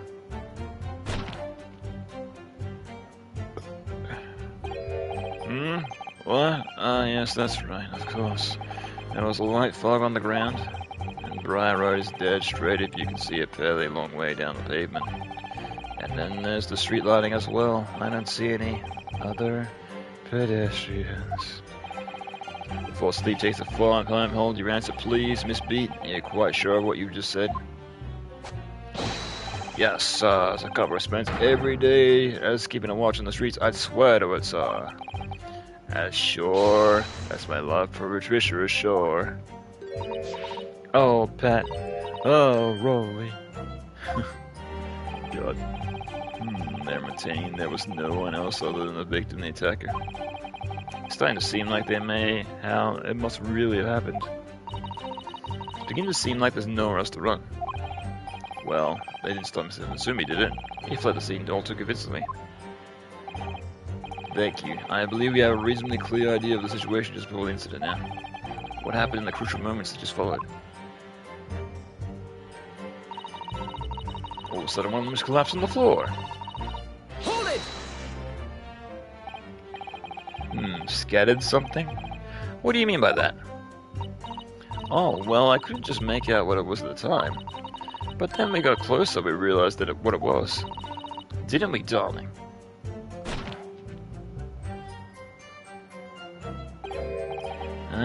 What? Ah, yeah, that's right. There were some old books. I see. Old books? Yes, the culprit had dropped a number of them, all around where the victim lay on the pavement. Indeed, it's clearly pictured in this photographic print. That rotten Japanese man did that when he did the deed. Hold it! Let's not forget that it remains to be established the defendant was indeed the attacker. But we saw him. It was the man in the dark without the question. Sir. The mustache, the hunchback, and the cat-like eyes, and the taut mouth, and the stubbed nose. Everything. Any more insults you want to throw in? That's right, he looked down at the poor, defenseless woman with his terrifying, intense eyes. And then he suddenly threw his books into the pavement and ran away. I see. This is tough. They seem as though they're telling the truth here. May I remind you the court's ambiguous testimony comes from a policeman and his wife. Now please, continue. Yes, sir.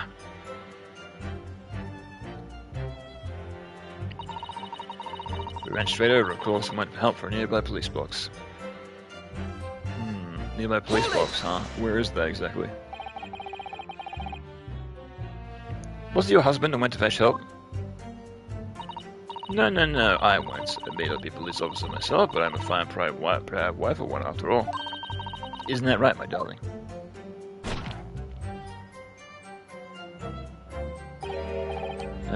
What? Yeah, that's right.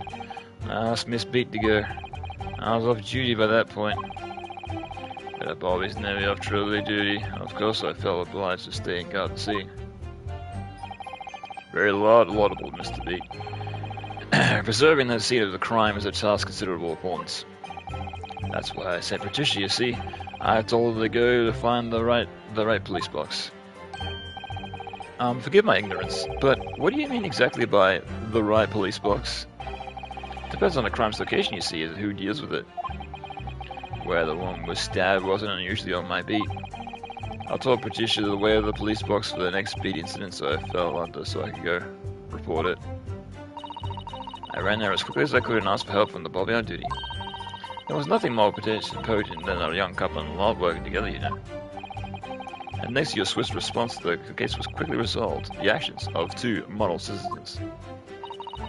Oh, please, you're making us blush, isn't he, darling?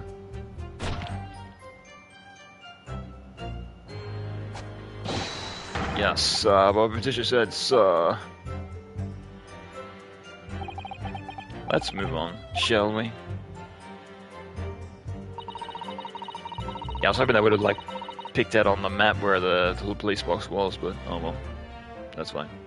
Hold it! But surely you wouldn't have been able to see his face by the light of the gas streetlights, would you? We absolutely could. Our Londoners have exceptional eyesight, I have you know. Right. The light from the street lamps was more than enough. And my husband already told you the fog was only light, did he? Yes, and what of the fog? We're famous for it across the globe, I believe. But it's absolutely a menace to those who have to live with it, of course. Oh, it is. When it's thick, you can't even see the hand at the end of your own arm. Yes, alright, I'll take your point. Now, could you stop shaking your husband a bit? The constant fog makes it out very sharp, you see. That's why we could tell you for sure and certain that it was the little Japanese man we saw. Can't we, darling?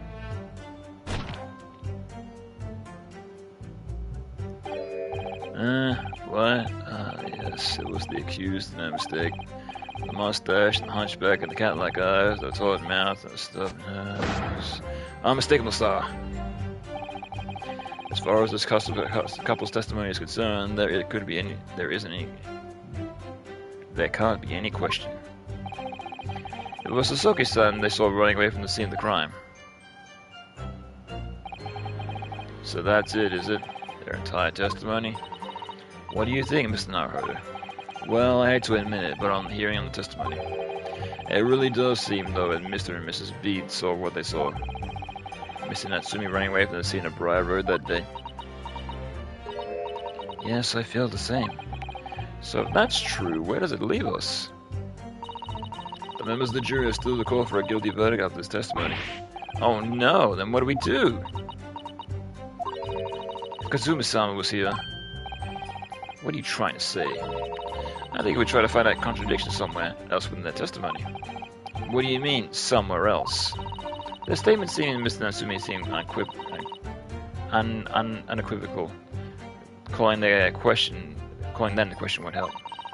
But if you could identify some other part of the testimony which appears to be contradictory to the facts, you might be able to discredit them, make the jury doubt the pair's memory of the day is accurate.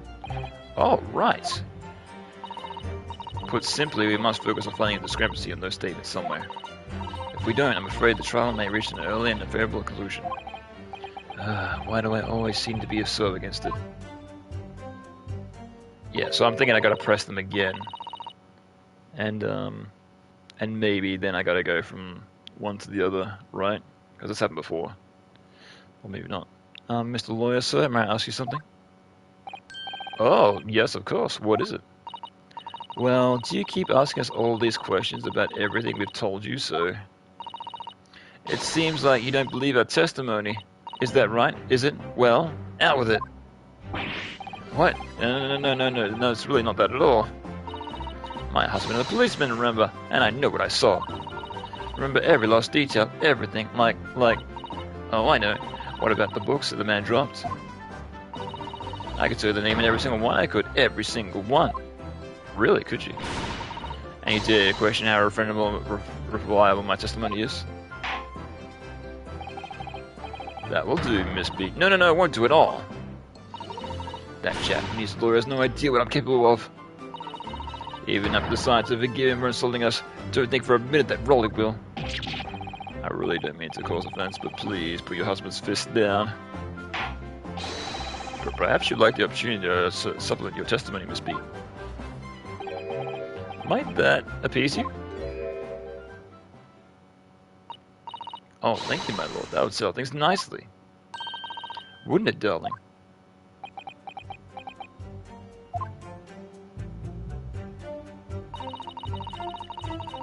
Okay. Oh, can you now? 4 books? Busted. Oops. Uh-oh. You're screwed. Well, don't even have to press her on that, because straight away, there's only 3 books, my guy. Oops. Objection! So, you're saying that there were 4 books? That's right, I remember all of them.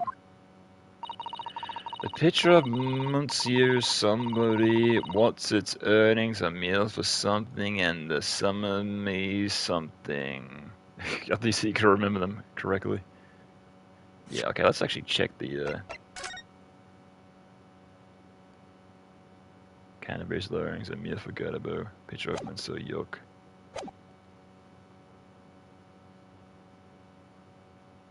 Okay, yeah, some of these are accurate, so...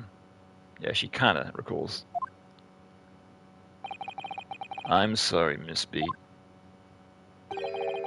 But there is a fundamental flaw in the statement of yours. Oh no, what flaw? Simply that, the scene of the crime. There were only 3 books, not 4. What? Have a good look at this photographic print of the scene of the crime. As you can clearly see, there are only 3 books. But no, that can't be. I saw them. No, I know what it is. Yes, you can't fool me. Sorry. That old big lump of a dead body.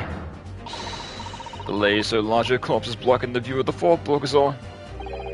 Let's at least try to remember that poor woman isn't dead, even if we are insulting her size. No, I'm sorry, Miss B.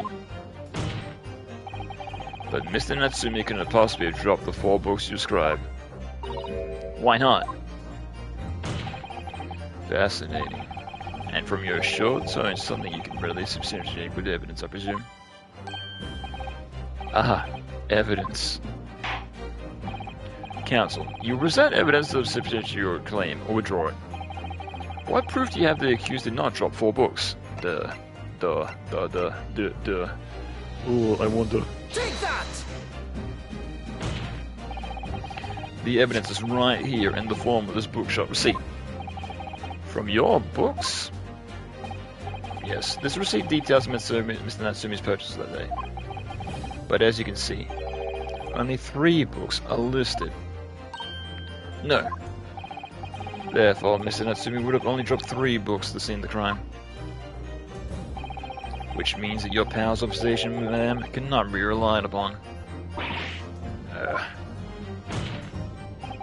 So it cannot be denied that though you say the defendant you saw, you could very well be mistaken. Oh no. No, no, oh no, oh no. No! Got him. Objection!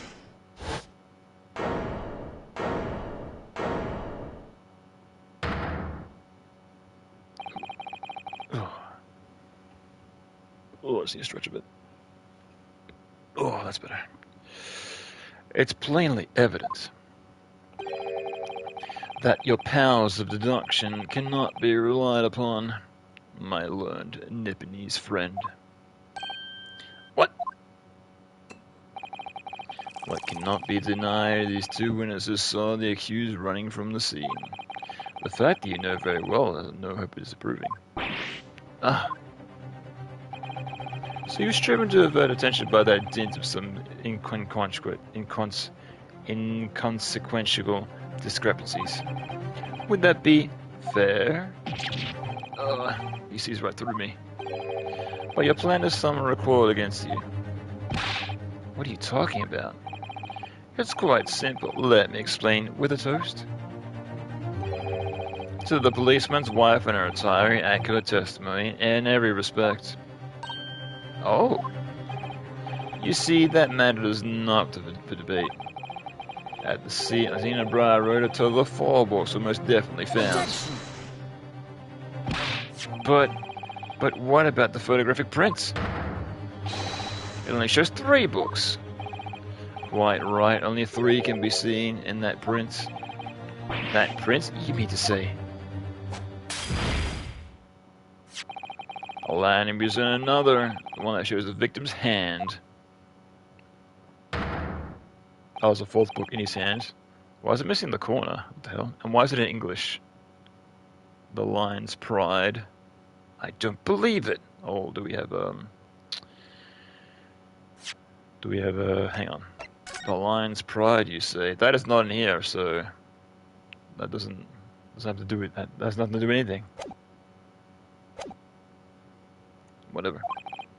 It's the 4th book, as you observe. The 4th book was hidden from view from the original print by the victim's torso.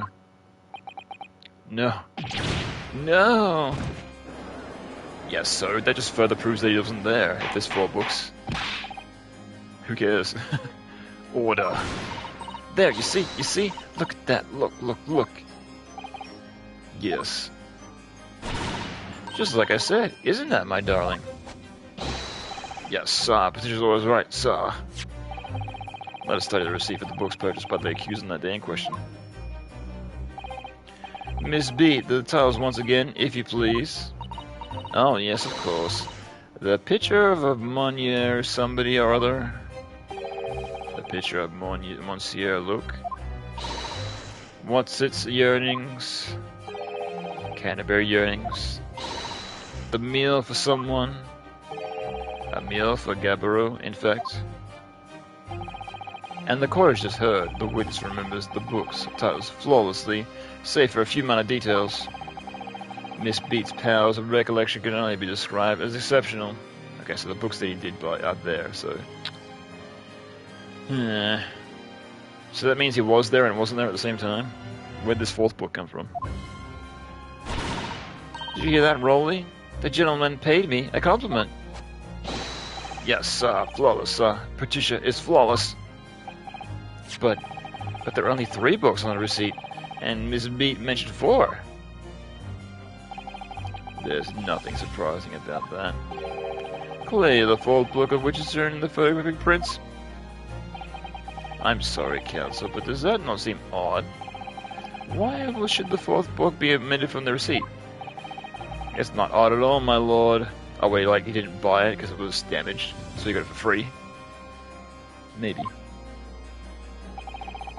And the photograph clearly shows the 4th book was found in the victim's clutches. In other words, it belongs to the victim. The Lion's Pride. Wasn't that guy that we, the guy with the beard that was in the wheelchair? Oh, not in the wheelchair, in the chair. That had the tea, like, poured over him over and over again. Wasn't he all about lions? So is that his book? Ah. Yeah, he had a thing about lions, didn't he? Yeah, who is it, Yeah, this guy, right? Yeah, interesting. The victim was holding her own book? I wonder what became of that fourth book. Obviously, it wasn't overlooked by investigating officers at Scotland Yard. I have it here as evidence. Oh, somehow it's perfectly fine, yeah. You will submit that in the attention and photographic prints to the court. Please cancel. My pleasure, my lord. The second crime scene photograph has been added to the court record. The fourth book has been added to the court record. Sweet, let's check that out immediately. The prosecution rests. Okay. So can I check out the book and rotate it accordingly? Hell yeah, I can. Yeah, look at this shit. Oh, it's burnt! Yeah, I know exactly where this came from, then. It's burnt from when you burnt the carpet, right? Of course, I'm jumping like one step ahead of the game here. I know who did it. You're screwed, buddy. You're done. Lines and burn marks. Oh, look at this. The book has been badly burnt. You're right. You'd never be able to read it in this state, especially not the latter pages. What a terrible waste. Judging from the scorched edges of the paper, I think this damage must have occurred very recently. A book? Recently damaged by fire. Why does that raise a red flag with me? Oh, thank God I looked at it, so it updated. Phew. A classic case of, hey, you presented the things, but you didn't expect it first, dummy. The Lion's Pride. Let me see, it's a book entitled The Lion's Pride. I'm afraid I don't know the English literature at all, so it wouldn't be something I've ever heard. Wait a minute. The Lion's Pride? That's strange. I think I've heard that of a book by that name before, and very recently too. It's a title I recognize too, Mr. Narhoder. Yeah, isn't that very interesting? Makes you want to spin it around and flip it around. Whoa, crazy.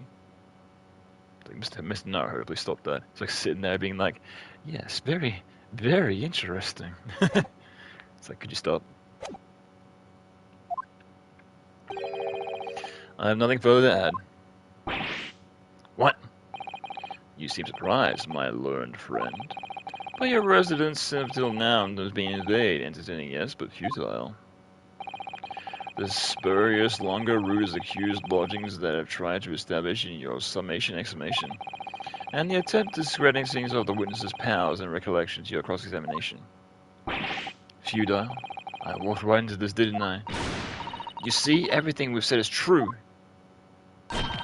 Isn't that right, my darling? Yes, pet. Marry me, pet.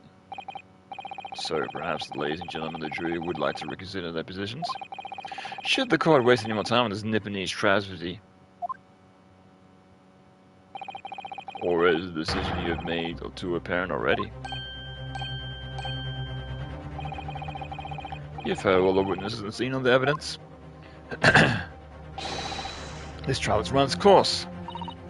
Mr. Narhoder, I'm afraid we are terribly in a precarious position. I know, but if I fight back in the wrong way now, I could very well make matters worse. Think, Ryonosuke, think. What do we do now? Wait and see. Raise an objection. Objection! I'm not done yet. No, my learned friend, it's over. That last cross-examination was your final chance to re-establish a credible defense, and you failed. The die is being cast, and there's no more room for debate. Well, it might be over as far as you're concerned, but... I can't think of what to say. If I may, Lord Van Zyx. It seems somewhat boorish of me to close down a debate at this point. your insignificant little Eastern Island must be a lawless hole indeed. For a lowly judge of the decision to have the authority to interview a member like this. Welp. Yeah, this always happens in Ace Attorney. Yo, what up, Dolius? What up, man? Yeah, it always goes down, then up, then down, then up. We got him! Oh, we're screwed. We got him! Oh, we're screwed. Over and over. Oh!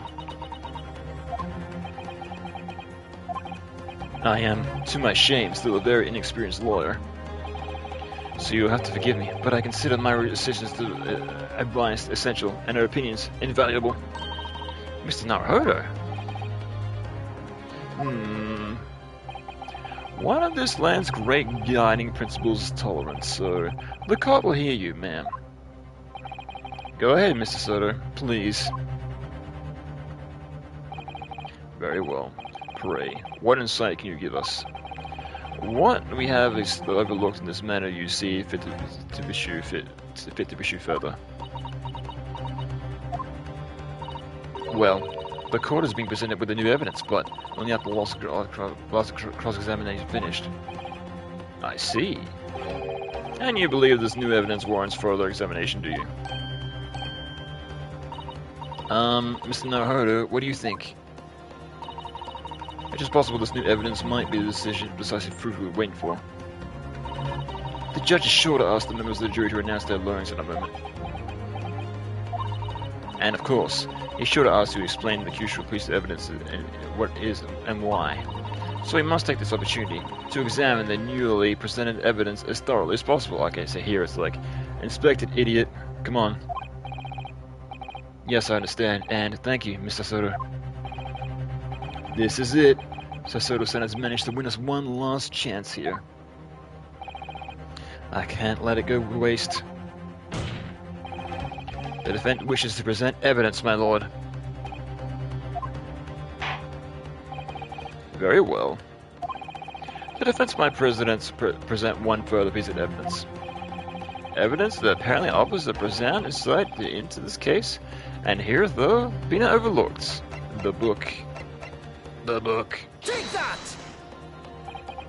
The evidence in question is what we can see from the newly presented photographic print of the crime scene. What? Oh, okay, never mind. I thought I presented the crime scene photo by accident. I was like, what? The fourth book found the victim's hands. Objection! We have already discussed the fourth book at length. Other than it being in the victim's grasp at the time of the incident, no significance has been attached to it. Pursuing the matter any further would be fragrant waste of the court's time, as you well know. Yes, I'm afraid, counsel, I must concur with the prosecution on this matter. When I afforded you this opportunity, as you led the court to believe the evidence in question obtained a heretofore undiscovered clue. So I must insist that you elaborate, counsel. You will identify this clue at once. Do I make myself clear? Oh, yes, my lord. It's herb. Mr. Naruhodo. I believe the prosecution is trying to avoid a thorough examination of the evidence. Which means you may very well be on the right track. Yes, I think you might be right. So, counsel. Precisely where is the vital clue to this case, which the fourth book conceals? Oh boy, I wonder. Oh boy. Got it! It's like only one thing we can select. The title of the book, of course. I would like the court to observe the back of the book in question. The back? But what are you... Good gracious. It's been burnt to a crisp. So we have to ask ourselves, why was the victim clutching onto what seemingly is an unreadable book? It's an undeniably and extremely natural thing for it here to have been doing. Yes, so if the book was placed there on purpose, but why? I'm like, if it was planted there, why would the piece of evidence be planted there that'll lead me back to the person who did it?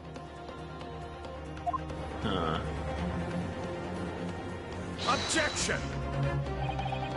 Unnatural, you say? And what of it, my Nipponese friends? Oh. Where I can see the point, it bears no relation to the case, there's nothing to discuss. So should you wish to assert this fire damage as some sort of like clue to what happened that day?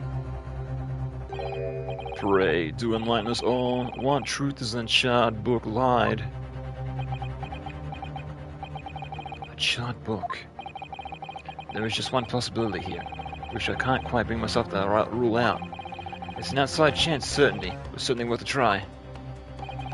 Alright, I'll explain my theory. Don't keep us waiting any longer than counsel. Please explain this theory of yours. What are you suggesting you can ascertain from the fire damage from the story Jim has suffered? Its owner, the shop that sold it, its content. My lord, the burn on the back of the book reveals a sterling truth. About the book's owner. Right. I beg your pardon. But we already know who the book belongs to. The victim was gripping it in her hand when she fell to the floor after all. It's obviously hers. The question of how the book came to be in the victim's hand is yet to be answered. However, as to the questioning of who the book really belongs to and where it originated, the defense has very credible answers. Good gracious, how can you possibly? Very well, I'll play along with this futile attempt to delay your inevitable demise. But do remember, the members of the jury may well very burn you if your little gamble goes awry. Counsel, the defense's response here is very likely influencing the final outcome of this trial. So tell the court, who do you claim is the owner of this burnt book? Haunt book. It's you. Oh, I can't select the judge. You're not the character, Judge. You don't exist. Yeah, it's him. Yeah, I'm thinking maybe she might be behind it all. That'd be interesting if she was actually behind it all. She's a member of the jury and she actually did it. That'd be an interesting twist. Yeah, because it couldn't have been him, right? Because he literally can't go up and down the stairs, right? Yeah, because of his knee injury, he literally can't get out of the chair, so... I'm thinking that maybe it might be her. Maybe. Take that! Unless he's putting it on. Unless he's like, haha, I'm actually completely fine. It's like... The answer is that that book belongs to the couple who was owning the house where the defendant has his lodgings. A certain Mr. and Mrs. Garrideeb. The landlords? And whether this is some sort of extraordinary coincidence or some sort of fate at work, I don't know, but... Of all the people in London, one of the 6 chosen for the jury duties in this courtroom today is none other than Mrs. Garrideeb herself. Oh my goodness, me? I think I must be mistaken, sir. I'm not Mrs. Garrity's wife. I'm his maid. Things could be so much more easier if we just dropped the pretense.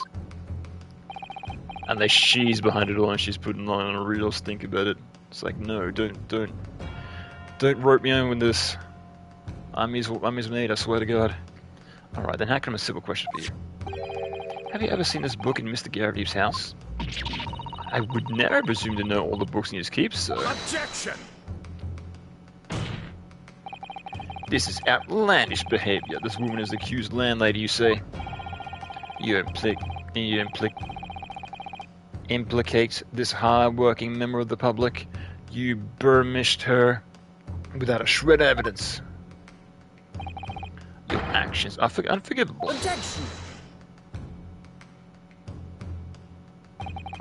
This is not a mere conjecture. The defense happens to know. Also, I like this song. It's like very cool. It's like very subtle, but like very melodramatic at the same time. This is not a mere conjecture. The defense happens to know that on this day in question, at almost exactly the same time as the victim was stabbed on the pavement below, another incident was taking place in the room on the top floor in Mr. and Mrs. Garrity's house. Good lord! What kind of incident, counsel? A fire, my lord.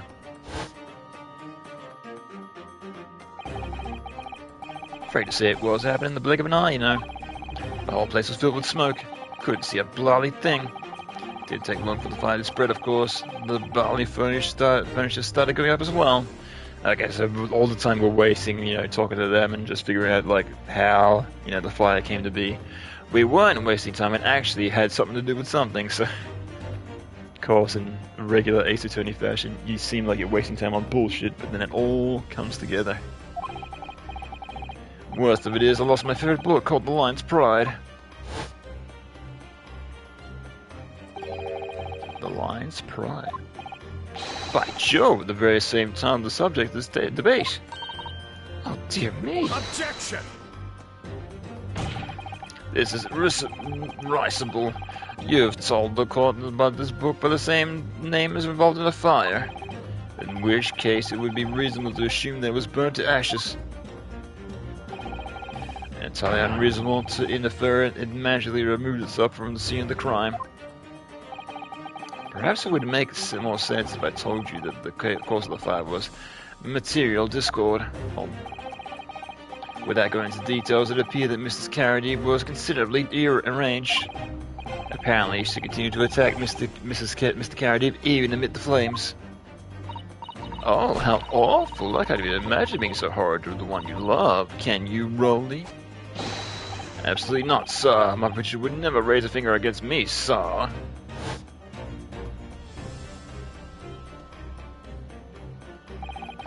He had all my favorite old novels in that case. But as soon as the fire got hold of them, that was it. Whoosh, up in smoke. But then the wife started hurling things at me. There was I, back up against the window, under heavy enemy fire, incendiary books coming 10 to dozen. Oh, unless she accidentally threw the book out the window, because he was up against the window, right? So that's how it might have let it outside. Ah. Interesting, interesting.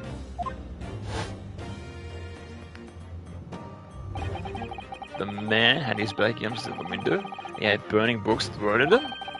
Good gracious, are you suggesting that the book was thrown through a window and landed coincidentally in the scene of the crime? Objection! I guess. No, a thorough investigation surrounding the area conducted the very evening of the incident, and there is no report of Carradine's window pane being broken.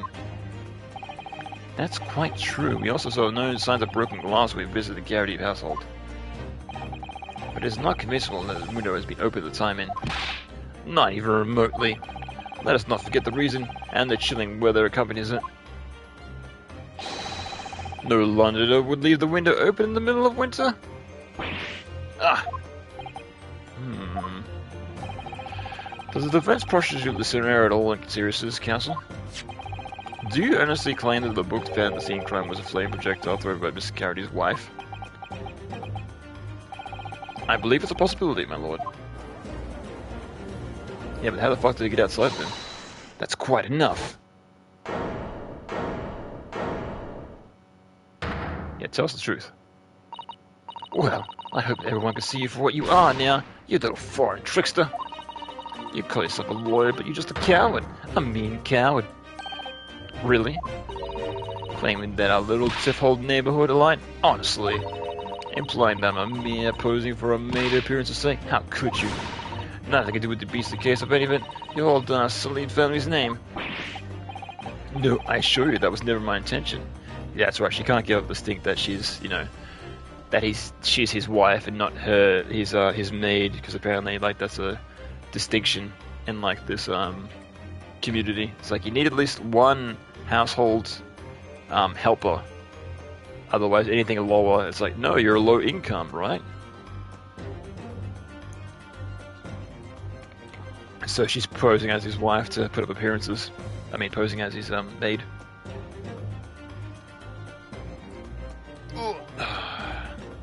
Stretch a little bit. Dragging an upstanding citizen's name through the mud, simply to divert attention from your falling defense.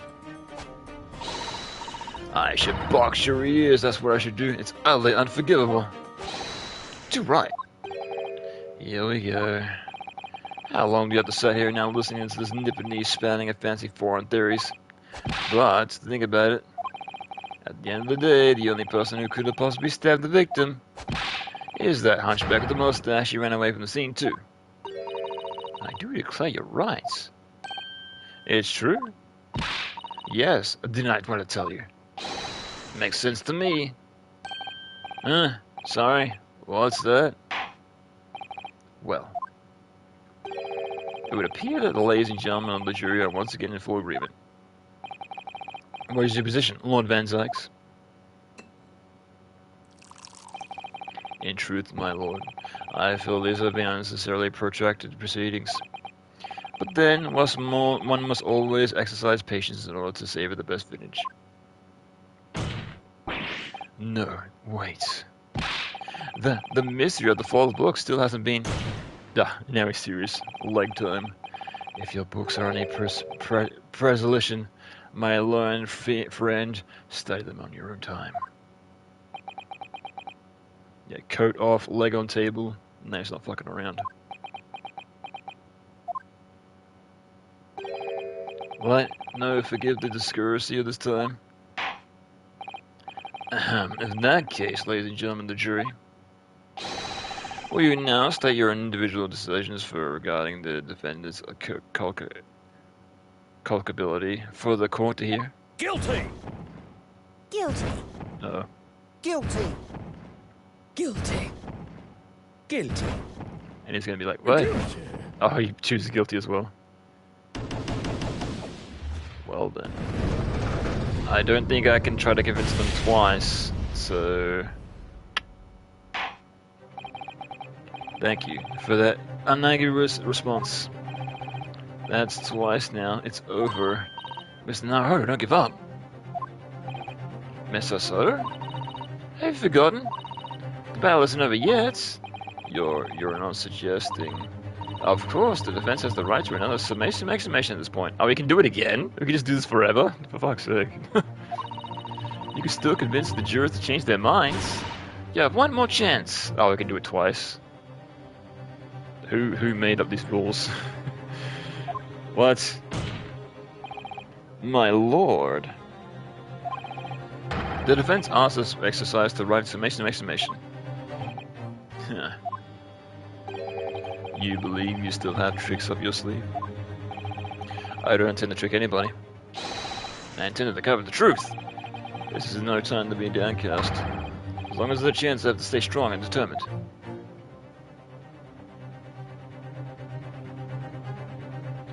Oh, okay, that's the chapter. Alright, cool. Indeed. Oh, there we are. Perfect. Yeah, I was expecting the chapter with the ends after we go through it again, but that's right. Cool. Interesting. Alright, so I guess we'll do that again next week. So... Oh, what was that, 2.5 hours? Damn! Oh. Yeah, not bad. Oh. Yeah, so we'll do part 2 next week then. Or for the trial anyway. Yeah, I'm not sure how long this trial is, if it's only 2 parts or if it's 3, but we'll find out. Yeah. So can I go back? Or will it? Okay, I'll read the first piece of text and then we'll leave it from there. Much like last time.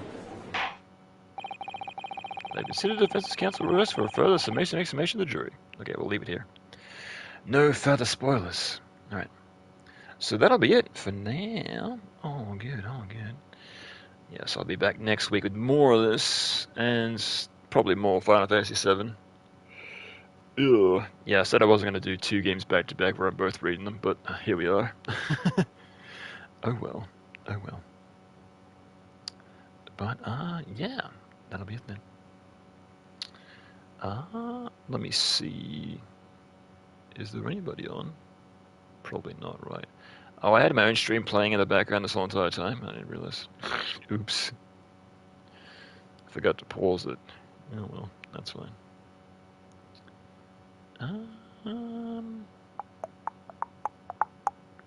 No, nobody really on. Okay, that's fine. All good. Alright. But yeah, I'll catch you next week then. And if not, I'll Have a good week and enjoy yourself, will ya? Alright, I'll see you then. Goodbye.